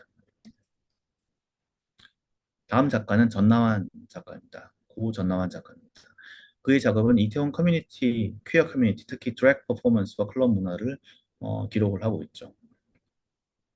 어, 전나환 작업의 작업은 세 작품이 들어올 예정인데요. 첫 번째 작품은 아네사의 방입니다. 이 작업은 드래퀸 아네사의 변신 과정을 담은 영상입니다. 화장실 변기 앞에서부터 화장을 하고 가발을 쓰고 의상을 입고 마침내 무대에 오르기까지 전 과정이 하나의 다큐멘터리처럼 기록이 됩니다. 이 작업을 통해서 우리는 드래그가 하나의 겉모습을 꾸미는 행위가 아니라 자기 정체성의 유지 및 하나의 증언의 행위임을 깨닫게 됩니다. 아네사라는 캐릭터는 어, 하나의 단순한 가면이 아니라 그 안에서 자기를 더욱 온전하게 표현할 수 있는 또 다른 자아라고 볼 수 있습니다. 이번 작품의 하이라이트 중에 하나인 For Flash입니다. 이 작업은 팬데믹 시기에 드랙 퍼포먼스에 대해서 이야기를 하고 있습니다. 코로나19로 인해서 클럽들이 문을 닫고 무대는 텅텅 비어 있습니다. 이 작업에서는 전나환 작가가 이러한 그 관람객들의 부재와 상실의 장소를 카메라로 포착을 하고 있습니다. 그리고 이 텅 빈 무대 위에서 과거 퍼포먼스 이미지들을 겹쳐 보여줌으로써 그 공간을 생생한 클럽의 현장으로 일순간 전환시킵니다. 전나와의 작업들은 이렇듯 퀴어 공동체의 존재와 목소리를 드러내는 하나의 연대기적인 실천으로 남아 있습니다. 다음 작가는 오용석 작가입니다. 이번 작업들은 모두 신작인 작업이고요. 어, 오용석 작가의 회화는 경계와 표면에 굉장히 미세한 간섭을 그러니까 굉장히 그 유려한 색감과 형상으로 응축하고 있습니다. 이번 작업 제목은 작가의 방, 세 번째 템플릿, 아틀리에 The Third Template이라는 작업인데요. 제가 처음에 그 오용석 작가에게 커미션을 드릴 때 어, 가장 본인이 퓨어로서 남아있을 수 있는 가장 퓨어한 공간이 작가의 작업실 같다라는 이야기들을 나눴고 그런 것들을 바탕으로 해서 이 작업들이 이루어졌습니다. 작가의 작업실 벽에 스크랩된 굉장히 많은 스케치, 리서치, 그리고 사건, 영향을 받은 사람들에 대한 자료를 하나의 정리할 수 없는 시간 자체의 구조로 제시하는 작업입니다. 이거는 일종의 하나의 지식의 아카이브이자 동시에 작가의 내적인 풍경을 드러내는 작업이라고 볼 수 있습니다. 여기에서는 퀴어한 역사와 개인적인 경험이 서로 혼재되어 있습니다. 중요한 것은 그 배열이 결코 선형적이지 않고 과거의 이미지와 현재 이미지, 타인의 작업과 자신의 작업이 서로 뒤섞이고 겹쳐져 있다는 것입니다. 제가 최근에 받았던 이제 작업 회전벨트 캐로젤이라는 작업이 있는데요. 이 작업은 파편화된 장면들의 정확한 위치를 찾아 배치를 하며 감각과 이미지가 회전하며 서로 되돌아오는 순환의 즉 비시간성 atemporality를 시각하고 있습니다. 회전 문화처럼 이미지들이 빙글빙글 돌며 같은 것들이 반복되면서도 조금씩 다르게 나타나는 어떤 이미지들. 그래서 오용석의 화면은 떻게 보면은 상상과 기억들, 현실과 환영이 서로 침투하는 장면으로서의 어떤 하나의 변형적인 공간을 시각화하고 있습니다. 열 번째 작가는 이동현 작가입니다. 이동현 작가는 몸을 발화하는 매개체로 삼아서 말로 전하기 어려운 감각과 기억들을 물질로 전환하며 특히 크루징 장소로서의 화장실을 형성하고 있습니다. 인형 변기 작업, 그돌 토일릿이라는 작업인데요. 이것도 저하고 긴밀하게 얘기를 하면서 작업을 지금 진행을 하고 있는데요. 이거는 인간 신체와 도시 시스템이 맞닿는 통로인 변기의 구조를 사람 머리 크기 캡슐로 압축을 합니다. 그리고 그 안에 그 내장 안쪽, 대장 안쪽으로 자라난 듯한 어떤 이형의 신체 형상을 담아내고 있습니다. 이 작업은 공공 화장실이 갖는 이중성을 드러내고 있습니다. 공공 화장실은 가장 공적인 공간 중에 하나이면서도 동시에 가장 은밀한 행위가 일어나는 퀴어들에게는 공간이기도 합니다. 그리고 퀴어들에게는 오랫동안 화장실이 중요한 크루징 장소이자 동시에 폭력과 감시의 공간이기도 했었습니다. 오른쪽에 있는 작업 호돌이 방울은 서울 올림픽 마스코트인 호돌이를 단순한 구체에서 구멍을 뚫어서 안과 밖을 연결하는 어떤 유기적인 설치 작업물입니다. 국가의 공적, 공적인 상징인 호돌이는 여기에서 굉장히 부드럽고 침투 가능한 하나의 피난처로서 재구성됩니다. 이동현의 작업은 사회가 더럽다, 수치스럽다라고 여기는 것들을 굉장히 기묘한 생명력으로 재탄생시킵니다. 추한 것, 더러운 것, 배설되어야 할 것들을 함께 포용함으로써 그것들의 수용 가능함의 기준 자체에 대해서 도전을 하고 있습니다. 마지막 11번째 작가는 임창곤 작가입니다. 임창곤은 신체를 하나의 고정된 구조가 아닌 지속적으로 변화하는 주체로 바라보고 있습니다. 비어있는 남자, A Vacant Man에서는 사회적인 위계가 신체 형태를 강요하고 재조정하는 방식을 시각화하고 있습니다. 어떤 몸은 정상적인 것으로, 어떤 몸은 비정상적인 것으로 구분되고 그 구분은 신체 자체에 각인되어 있습니다. 임창고는 이러한 각인된 흔적들을 포착하면서도 동시에 그 구분을 벗어나려는 어떤 성적 충동의 흔적들로 드러내고 있습니다.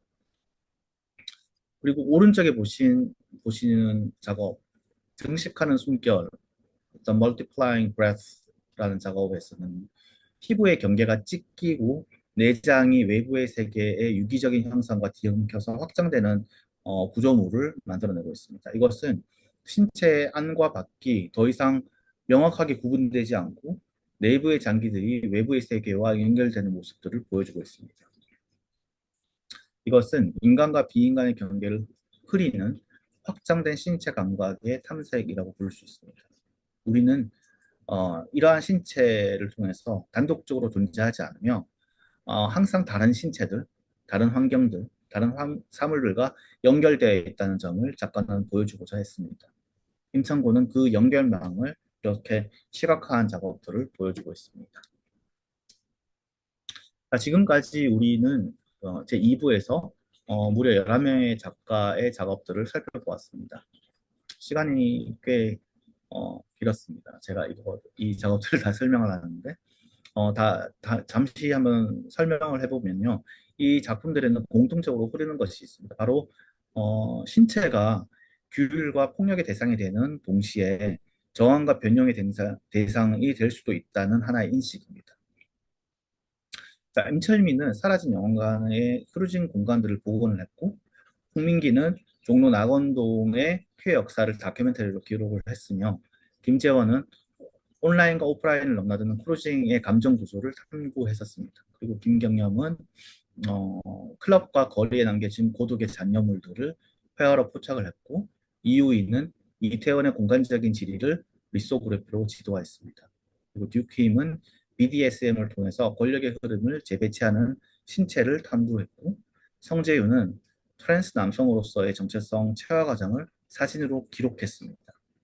전나화는 드래그 퀸의 변신 과정을 통해서 자기 정체성의 수행성의 가능성을 보여주었고, 오용석은 작업실의 지식 아카이브를 통해서 시간의 비선 형성을 시각화했습니다. 그리고 이동현은 어, 크루징 장소로서의 화장실과 국가 상징을 재해석하면서 추한 것들의 미학을 탐구를 했고요. 임창고는 신체 변형을 통해서 인간과 비인간의 경계를 그렸습니다. 이 모든 실천은 사회적으로 상처받기 쉬운 위치에 있던 퀴어 주체가 그 취약함을 인정하면서도 다정함과 친밀함의 관계적인 공간을 끈질기게 만들어내는 하나의 텐더한 정치성의 한 단면을 구성하고 있습니다. 크루징의 은밀함에서부터 드래그의 과시까지 이 모든 것들은 생존을 위한 전략이자 동시에 더 나은 세계를 상상하는 방식입니다. 자, 그러면 잠시 숨을 고르고 또 곧 3부 미학적 대상들로 이어가겠습니다. 7시 25분이니까요. 7시 30분까지 돌아오시면 됩니다. 네, 감사합니다.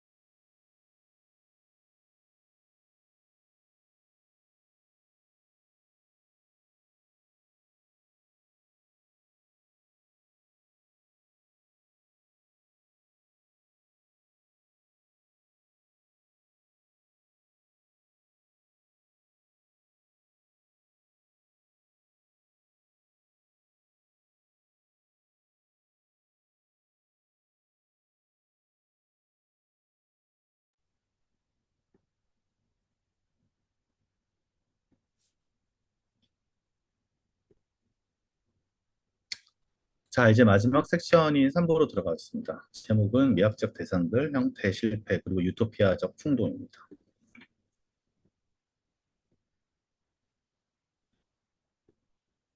이 섹션의 질문은 이렇습니다. 퀴어적 감수성과 비판이 작품의 내용뿐만 아니라 그 형식, 물질성, 절차적 논리 자체에는 어떻게 드러날 수 있을까?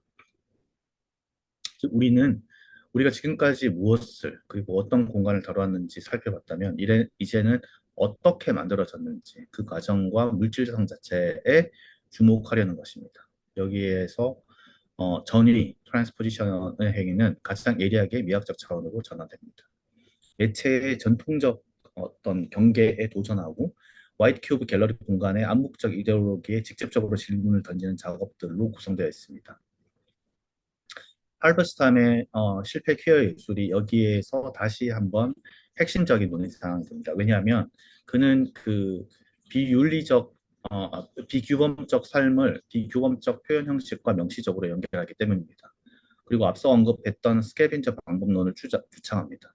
숙달이나 어떤 일관성보다 퀴어의 예술에 있어서 불일치, 비이성, 미완성을 중시하는 방법론을 하나의 미학적 특징으로 논의해 보고자 합니다. 또한 그 데이빗 제이 게츠의 개념도 굉장히 중요한데요. 그는 퀴어 추상 미술 연구에서 퀴어성이 주제나 작가적인 정체성뿐만 아니라 형식 자체에 내재할 수 있는 방식에 주목해야 한다고 얘기를 하고 있습니다. 그렇다면 구체적으로 어떤 작품들이 이 질문에 답하고 있을까요? 먼저 박정우와 윤정희의 협업 작업을 살펴보겠습니다. 박정우 작가는 그 회화 작가이고 윤정희 작가는 그 조각을 하는 작가입니다. 이 두 작가의 프로젝트는 상호 중재의 어떻게 보면 하나의 살아있는 성자라고 할 수 있습니다. 왜냐하면 박정우의 디오라마 시리즈는 팽팽하게 당겨지지 않은 폴리에스터 위에 여러 겹의 페인트를 겹겹이 쌓아서 만든 어떤 지형적인 표면을 형성합니다. 즉, 천이 느슨하게 걸려있기 때문에 물감은 그 위에 일정하지 않게 스며들고 번집니다. 그러면서 거기에 하나의 굉장히 독특한 무늬들을 만들어내죠. 그것은 어떻게 보면 단단한 회화라기보다는 유동적인 지형에 가깝습니다. 윤정희의 작업은 분열되고 다중적인 시간성을 지닌 조각화된 신체 부위들을 보여줍니다. 하나의 통일된 신체가 아니라 파편화되고 분산된 신체의 조각들. 그것은 하나의 완결된 어떤 인간 형상이라는 조각의 전통적인 이상을 거부하고 있습니다. 그런데 이 작업들에서 더 중요한 것은 이 두 작업이 만들어지는 과정입니다. 박정우가 윤정희 작가의 모델이 되었습니다. 모델이 되면서 처음으로 누드가 되어서 어, 벌거벗고 모델이 그 회화 작가가 모델이 되면서 그 작업을 윤정희 작가가 조각으로 이렇게 된 거죠. 그래서 박정우의 몸이 윤정희의 조각적 시선의 원료가 됩니다.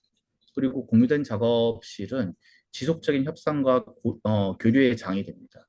이 두 사람은 끊임없이 대화하고 서로의 작업에 개입하며 하나의 결과물을 함께 만들어갑니다.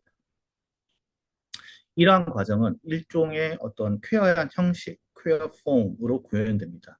이 형식은 쾌한 주체를 표현하는 데 주안점을 두기보다는 쾌어한 과정 자체, 즉 분열되고 축적되고 토화성을 보여주고 협업적인 생성 과정을 만들어내는 것들을 어, 하나의 시각적인 물질성으로 구체화하는 데 있습니다. 이것은 할버스탐이 급진적 퀴어 상상력과 동일시하는 어떤 일관성 없고 논리적이지 않은 non-coherent and illogical한 양식의 전형적인 형식적 반향이라고 볼 수 있습니다. 그리고 예술 생산에 있어서 어, 하나의 고독한 천재 모델을 거부하고 있습니다. 이 두 작가의 작업은 퀴어함이 조형 언어의 고문적인 조건이 될 수 있음을 보여주고 있습니다. 즉, 형태가 만들어지는 방식 자체가 퀴어적인 관계성을 구현한다는 것입니다. 굉장히 흥미로운 작업입니다. 어, 다음 작업은 최하늘 작가의 The Act of Dying, 죽는 중이라는 작업입니다. 이 작업은 제가 최하늘 작가 작업실에 방문해서 처음 봤었을 때 이 작업을 꼭 이 전시에 들어와야겠다라는 생각을 가지고 픽했던 작업 중에 하나입니다. 이 작업은 거대하고 다양적인 조각입니다. 어떤 형태라고 딱 집어서 말하기 어려울 정도로 음, 어떻게 보면 기어오르고 흘러내리고 증식하는 듯한 모습을 하고 있습니다. 이 조각은 안정적이고 인식 가능하며 기능적인 전체로 응집되는 어떤 하나의 이상향적인 조형성을 거부하고 있습니다. 전통적인 조각은 보통 단단한 재료로 영속적인 형태를 만드는 것을 목표로 하고 있는데, 하지만 최하늘의 조각은 마치 언제라도 무너져 내릴 것 같고 계속 변할 것 같은 어떤 형태를 지니고 있습니다. 이것은 어떤 그 부패와 엔트로피 혹은 고정적인 형태나 상징적인 의미를 유지하는 어떤 조형적인 완결성의 실패를 의도적으로 포용하는 것입니다. 이 물질적 형식적 불확정성은 재생산적인 시간과 자본주의적인 진보, 영속성, 그리고 어떻게 보면 명확한 어떤 유용성에 대한 요구의 외연에 존재하는 하나의 퀴어적인 시간성에 대한 강력한 은유로서 작동하고 있습니다. 이것은 미노스의 유토피아적인 개념인 아직 여기에 있지 않으면서도 여기에 있는 상태를 형식적으로 구현한 것입니다. 어떻게 보면 고정된 정체성이나 소비가 가능한 상품으로는 절대 굳어지지 않을 어떤 퀴어적인 잠재성의 구체적인 표현이라고 볼 수 있고, 작품의 존재 자체가 바로 현재성에 대한 비판이기도 합니다. 그래서 이 작업 자체는 아직 완성되지 않은, 항상 무언가로 되어가는 상태에 놓여 있는 조각을 통해서 굉장히 강력한 미학을 발산하고 있습니다. 마지막으로 이 섹션에서는 김태현의 작업을 살펴보겠습니다. 김태현은 몰드 프레임이라는 틀이라는 개념을 물리적인 제약과 사회적인 규범, 신체적인 외피, 완결된 사물 등 더 넓은 의미로 확장해서 조각의 가능성을 실험하고 있습니다. 얼굴들이라는 작업인데요. 이 작업에서는 작가 자신의 신체를 복제한 석고 조각을 틀로 제시하고 있습니다. 보통 조각을 만들 때는 틀을 사용해서 완성된 형태를 만들어내죠. 그런데 여기서는 캐스팅 과정에서 겉틀을 생략함으로써 이 왜곡되고 비정형적인 결과물들을 만들어냅니다. 바로 이것이 현재 진행형의 몸, the body in progress라고 볼 수 있는데요. 하나의 완성된 형태가 아니라 만들어지는 중인 형태, 고정된 정체성이 아니라 끊임없이 변화하는 중인 퀴어적인 신체를 은유하고 있습니다.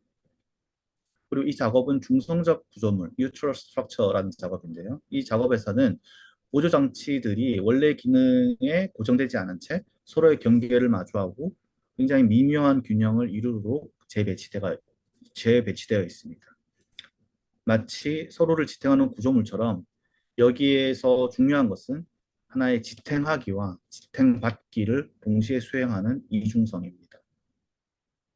어떤 것은 다른 것을 받치고 있으면서도 동시에 다른 것들에 의해서 받쳐지고 있습니다. 이것은 보이지 않는 관계망 속에서 균형을 이루는 퀴적 주체들의 존재 방식을 떠올리게 합니다. 자, 이 섹션의 형식적 실험들은 단순한 미학적 혁신이 아닙니다. 이것들은 완결, 견고함, 주체의 일관성이라는 규범들을 부드럽게 해체하는 동시에 협업 과정, 그리고 불확정성 속에서 새로운 관계성을 다정하게 여겨내는 하나의 실천입니다. 할버스탐의 실패와 미노스의 유토피아가 교차하는 이 지점에서 텐더는 하나의 형식 창작 원리이자 관계 맺기의 윤리로 자리 잡게 됩니다.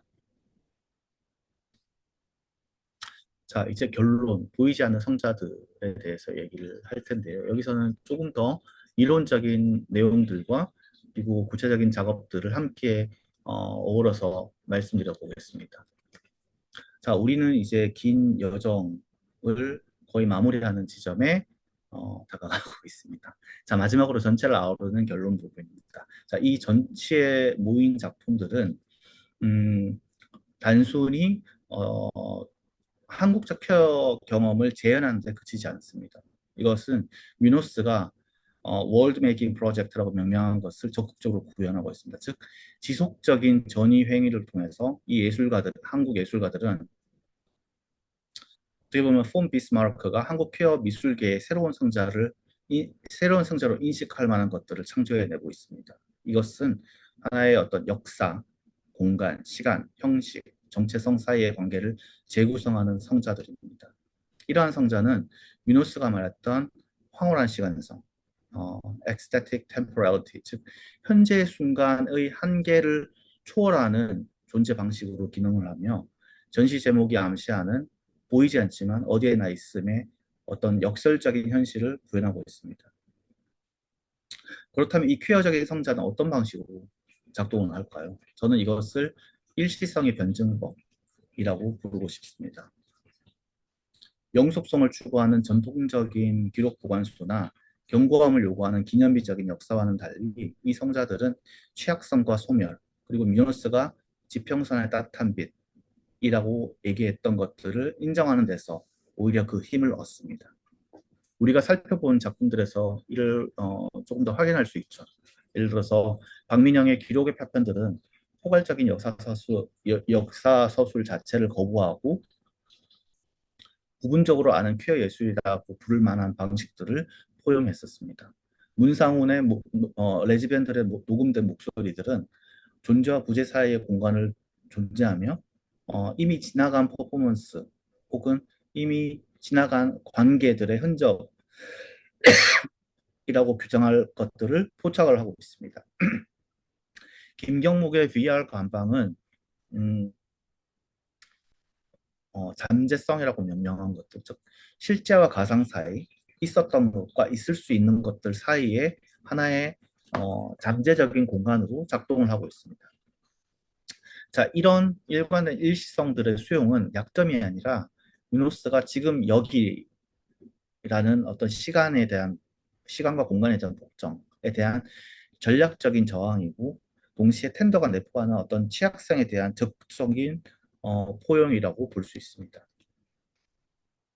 이 성서의 정치적인 의미는 우리가 반제도적, 카운터 인스티튜셔널이라고 부를 수 있는 데 있습니다. 예를 들어서 폰 비스마르크가 성자가 제도적인 권력 구조에 도전하는 방식을 분석하는 바를 따라서 이 작품들이 어떤 그 평행 담론 영역이라 부르는 것을 어떻게 창출할 수 있는지를 보여주고 있습니다. 예를 들어서 박정우와 윤정희의 협업적인 실천들은 어떤 지배적인 예술 생산과 병존하지만, 그러니까 우리가 지배적인 예술 생산 방식, 예를 들어서 갤러리적인 전시와 병존을 하지만 근본적으로 이를 도전하는 작업 방식으로 볼 수 있습니다.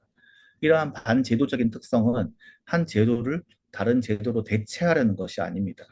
그것은 다른 다른 방식이 있다라는 것을 보여주기 위한 어떤 그 창조적인 저항이라고 볼 수 있습니다. 즉 언제든 어디서든 존재할 수 있는 어떤 하나의 대안적인 공간과 방식을 구축하는 하나의 텐다한 실천이라고 볼 수 있죠. 이러한 실천이 한국에서 특별한 공명을 얻는 까닭은 한국의 압축된 근대성이라는 어떤 역사적, 사회적 토양에 있지 않을까라고 생각을 합니다.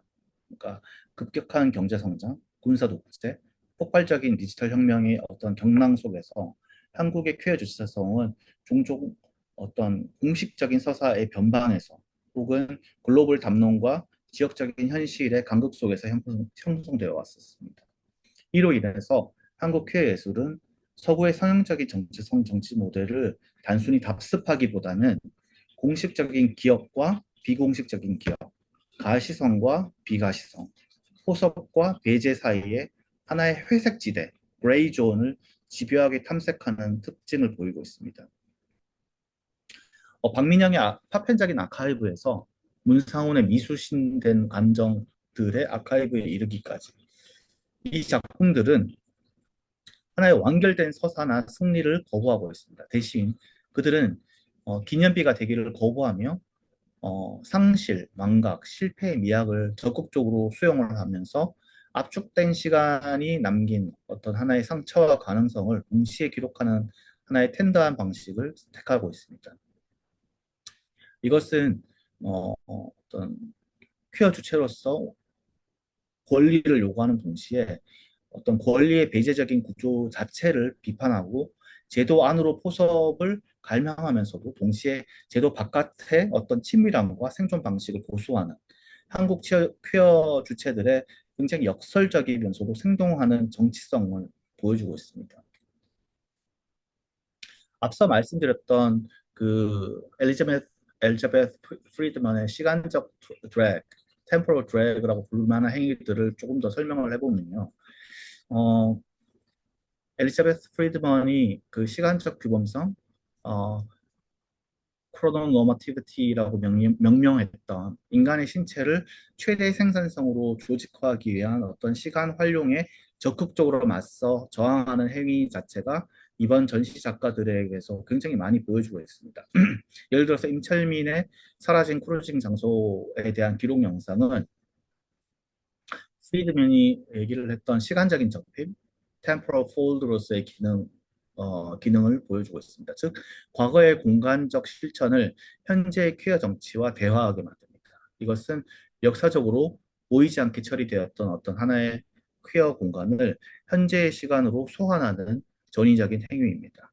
또 우리는 이 전시의 어떤 하나의 물질적인 실천을 통해서 퀴어 형식주의라고 명명할 수 있는 것들을 목격하게 됩니다. 이거는 하나의 스타일이 아니라 그 퀴어적 시간성과 사회적인 관계를 구현하는 제작으로서의 접근 방법입니다. 예를 들어서 최하늘의 조각은 과정과 변형을 강조하면서 아직 여기에 이르지 않은 세계 안의 존재라는 것을 구현을 하고 있습니다. 즉, 그 물질성 자체, 그 조각이 가지고 있는 불완전한 물질성 자체가 고정된 정체성보다는 하나의 잠재성을 구현하는 방향으로 보여지고 있습니다.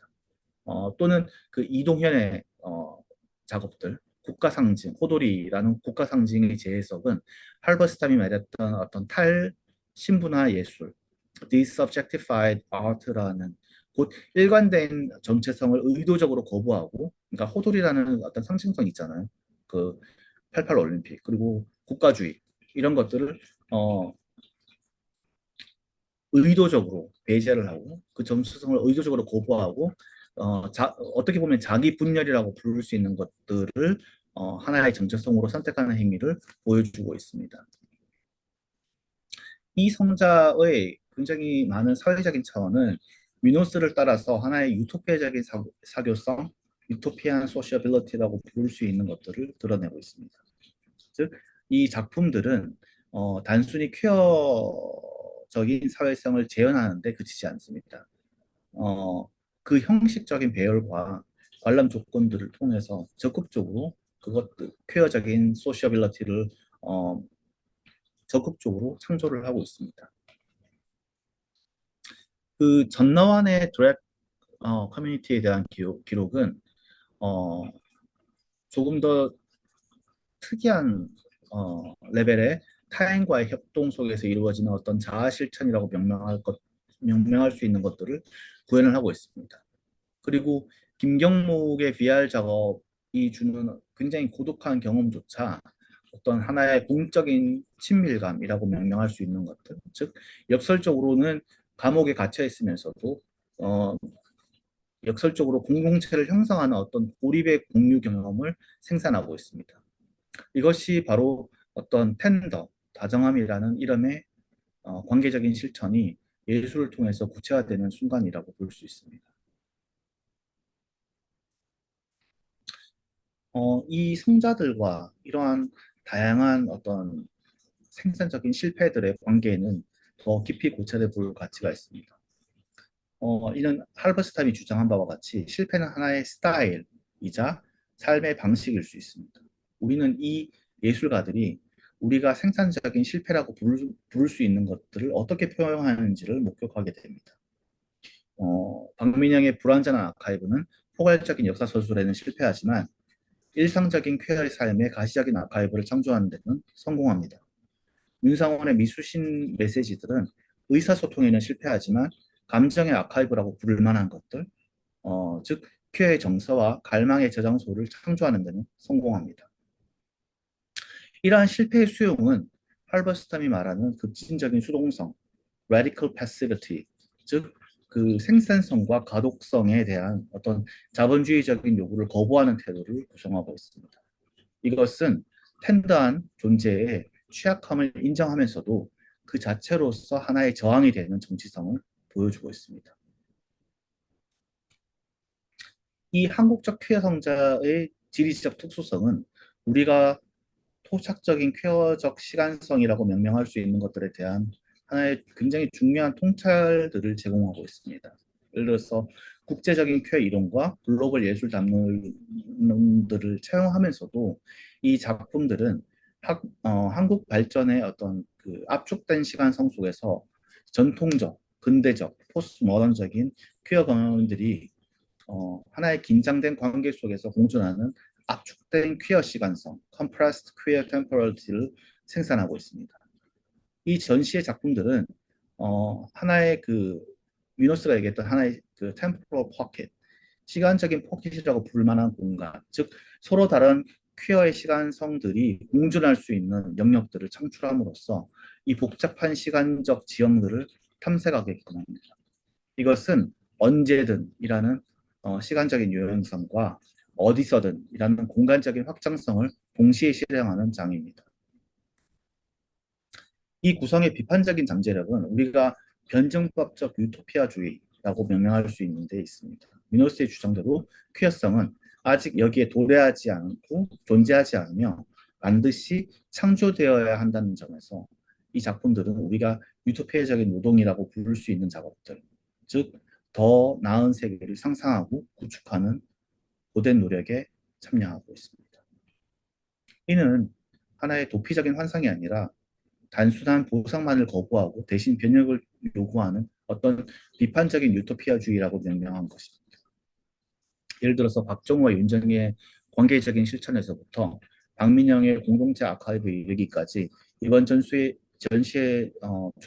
초대된 다수의 작품들이 지닌 어, 굉장히 많은 협업적인 성격들은 함께 행하기라고 말할 수 있는 것들, 즉 유토피아적인 가능성의 집단적인 수행을 구현하고 있습니다. 이 모든 것은 텐드한 유대와 상호 부조의 정치 없이는 불가능한 실천입니다. 마지막으로 이 작품들의 교육적인 차원들을 조금 더 얘기를 해볼 필요가 있습니다. 왜냐하면 이 작품들은 미노스가 리허설을 위한 미래를 위한 리허설 for a future라고 부를 만한 역할을 하고 있기 때문입니다. 이는 완전히 실현되기 전에 새로운 존재 방식과 관계 맺기를 연습할 수 있는 하나의 공간이라고 볼 수 있습니다. 예를 들어서 최하늘의 조각은 결과물보다는 과정을 포용하는 법을 가르치고 있습니다. 이 모든 작품들은 우리가 퀴어 커리큘럼이라고 명명할 수 있는 것들을 구성하고 있습니다. 이는 정식 교육 프로그램이 아니라 할버스탐이 부적합함의 교육이라고 부를 만한 것들, 즉 예를 들어서 실패하는 법, 저항하는 법, 다른 상상을 하는 법을 배우는 과정입니다. 이것이 바로 텐더한 미래를 위한 교육의 장으로서의 전시라고 볼 수 있는 것입니다. 결론적으로 스펙트럴 신테시스 전시의 본 파트, 텐더, 언제든 어디서든 이 글에는 퀘어적 선자는 아직 도래하지 않은 것들을 위한 청사진을 제시하고자 합니다.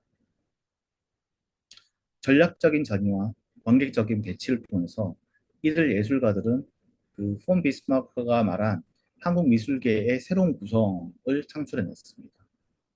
퀴어적인 논리에 따라서 시간, 공간, 사회적인 관계를 재편하는 전시적인 구성입니다. 이 성자들은 단순히 한국의 퀴어 경험을 재현하는 데 그치지 않습니다. 이것은 다른 곳, 다른 방식을 적극적으로 구축을 함으로써 즉 현재 한계를 초월하는 어떤 하나의 가능성의 공간을 전시로 만들어내고자 했습니다. 이것은 가장 급진적인 퀴어 예술이 정체성을 가장 정확하게 표현하는 것이 아니라 미노스의 말처럼 아직 의식되지 않은 것들, 아직 여기에 존재하지 않는 것이 우리 모두를 여전히 기다리는 하나의 어떤 퀴어의 미래의 지평을 보여주게 하는 것임을 표현하고 있습니다. 텐더는 그러한 미래를 향한 어떤 항해에서 요구되는 어떤 다정함의 용기이자 그 항해가 지닌 어떤 취약함에 대한 어떤 진실한 인정입니다. 그것은 어떻게 보면 보이지 않지만 어디에나 있으며 언제든 시작할 수 있는 유토피아적인 실천의 또 다른 이름이라고 볼 수 있습니다. 여러분들이 그 영화를 보셨는지는 잘 모르겠습니다만 그 애프터 선이라는 영화가 있습니다. 애프터 선에서는 굉장히 그 은유적으로 어, 퀴어적 가족사를 보여주고 있습니다. 아버지가 제일 마지막에 이게 스포일러긴 하지만 아버지가 제일 마지막에 자살로 돌아가시는 걸로 보이고 그리고 그 딸이 함께 그 터키를 여행했던 딸이 제일 마지막에 퀴어라는 것들이 드러나면서 영화가 마무리되는 장면인데 그 마지막 그 장면이 굉장히 인상 깊습니다. 그 언더 프레셔, 그 퀸의 언더 프레셔가 울려 퍼지고 이제는 죽은 아버지와 딸이 함께 춤추는 장면을 보여주고 있습니다. 그리고 엔딩 크레딧이 올라가면 영국 밴드 블러의 텐더라는 노래가 흘러나옵니다. 사실 제가 이 전시의 제목을 정하기까지 그 애프터 선이라는 영화가 굉장히 많은 저에게 그 인스피레이션을 주었었습니다. 그래서 어, 여러분들께서 혹시 시간이 된다면 넷플릭스에도 있으니까 애프터 선이라는 영화를 꼭 한번 보셨으면 좋겠습니다. 자, 그 오늘 우리는 함께 이 텐더한 시간을 여행했습니다. 한국 퀴어 예술가들이 어떻게 과거의 망각된 목소리들을 발굴하고 현재 억압된 공간을 재구성하며 미래의 새로운 형식을 창조하는지를 살펴보았습니다. 이 모든 것은 하나의 텐더한 시선, 즉 상처 입기 쉬운 것들을 다정하게 바라보고 그 취약함 속에서 새로운 가능성을 발견하는 시선 없이는 불가능할 것입니다. 도슨트로 참여해 주실 여러분들도 이 전시를 둘러보시면서 텐다한 시선으로 작품을 바라봐 주시고 텐다한 시선으로 사회에 있는 소수자들을 보듬어 주시기를 바랍니다. 그리고 그 시선이 여러분 자신의 삶과 연결되는 지점들을 한번 발견해 보시기 바랍니다. 자, 마지막으로 질의응답 시간을 좀 가졌으면 좋겠는데 지금 3분이 남아서 저는 함께 나눌 질문들을 한번 여러분들에게 제시를 하고자 했었습니다. 어, 혹시 궁금한 점이 있으시면 저에게 메시지를 주시면 제가 또 답변을 드리겠습니다. 음, 지금 하나가 들어와 있는 것 같습니다. 채팅창에. 네, 그래요. 한번 말씀해 주시겠어요? 어떤 네, 질문이 제가 있는지. 한번 읽어드리겠습니다. 박한솔 선생님이 해주셨고요. 네, 취약성의 수용을 통한 저항의 미학이 주제라고 하셨는데요. 취약성의 수용과 인정이 방점인지 저항이 방점인지 궁금합니다. 라고 이야기해 주셨습니다. 네, 그것은 받아들이는 입장에서 주체가 어떻게 받아들이냐에 따라서 좀 다르게 읽힐 수 있을 것 같은데요. 저는 조금 더 보듬과 포용의 미학이 어떻게 보면 미시적인 저항의 가능성을 내포하고 있는 것이 아닌지라는 답변으로 마무리를 지을 수 있지 않을까라는 생각이 듭니다. 답변이 되셨을까요? 저는 좀 많은 함께 나눌 질문들을 이 전시를 통해서 좀 함께 생각해 보면 좋을 거라는 생각이 들어서 함께 나눌 질문들을 5가지 정도 꼽아봤는데요. 텐데라는 개념이 여러분의 삶이나 주변의 퀴어적인 경험과 어떻게 연결되실지, 그리고 할버스타인이 말했던 실패의 이야기, 오늘날에 우리가 항상 그 귀에 못 박히도록 듣는 어떤 생산성과 성공을 강요하는 사회에서 어떤 의미를 가질지, 그리고 한국적인 맥락에서 한국의 퀴어 예술들이 가지고 있는 특수성이 무엇일지, 그리고 보이지 않지만 어디에나 있음의 역사를 우리가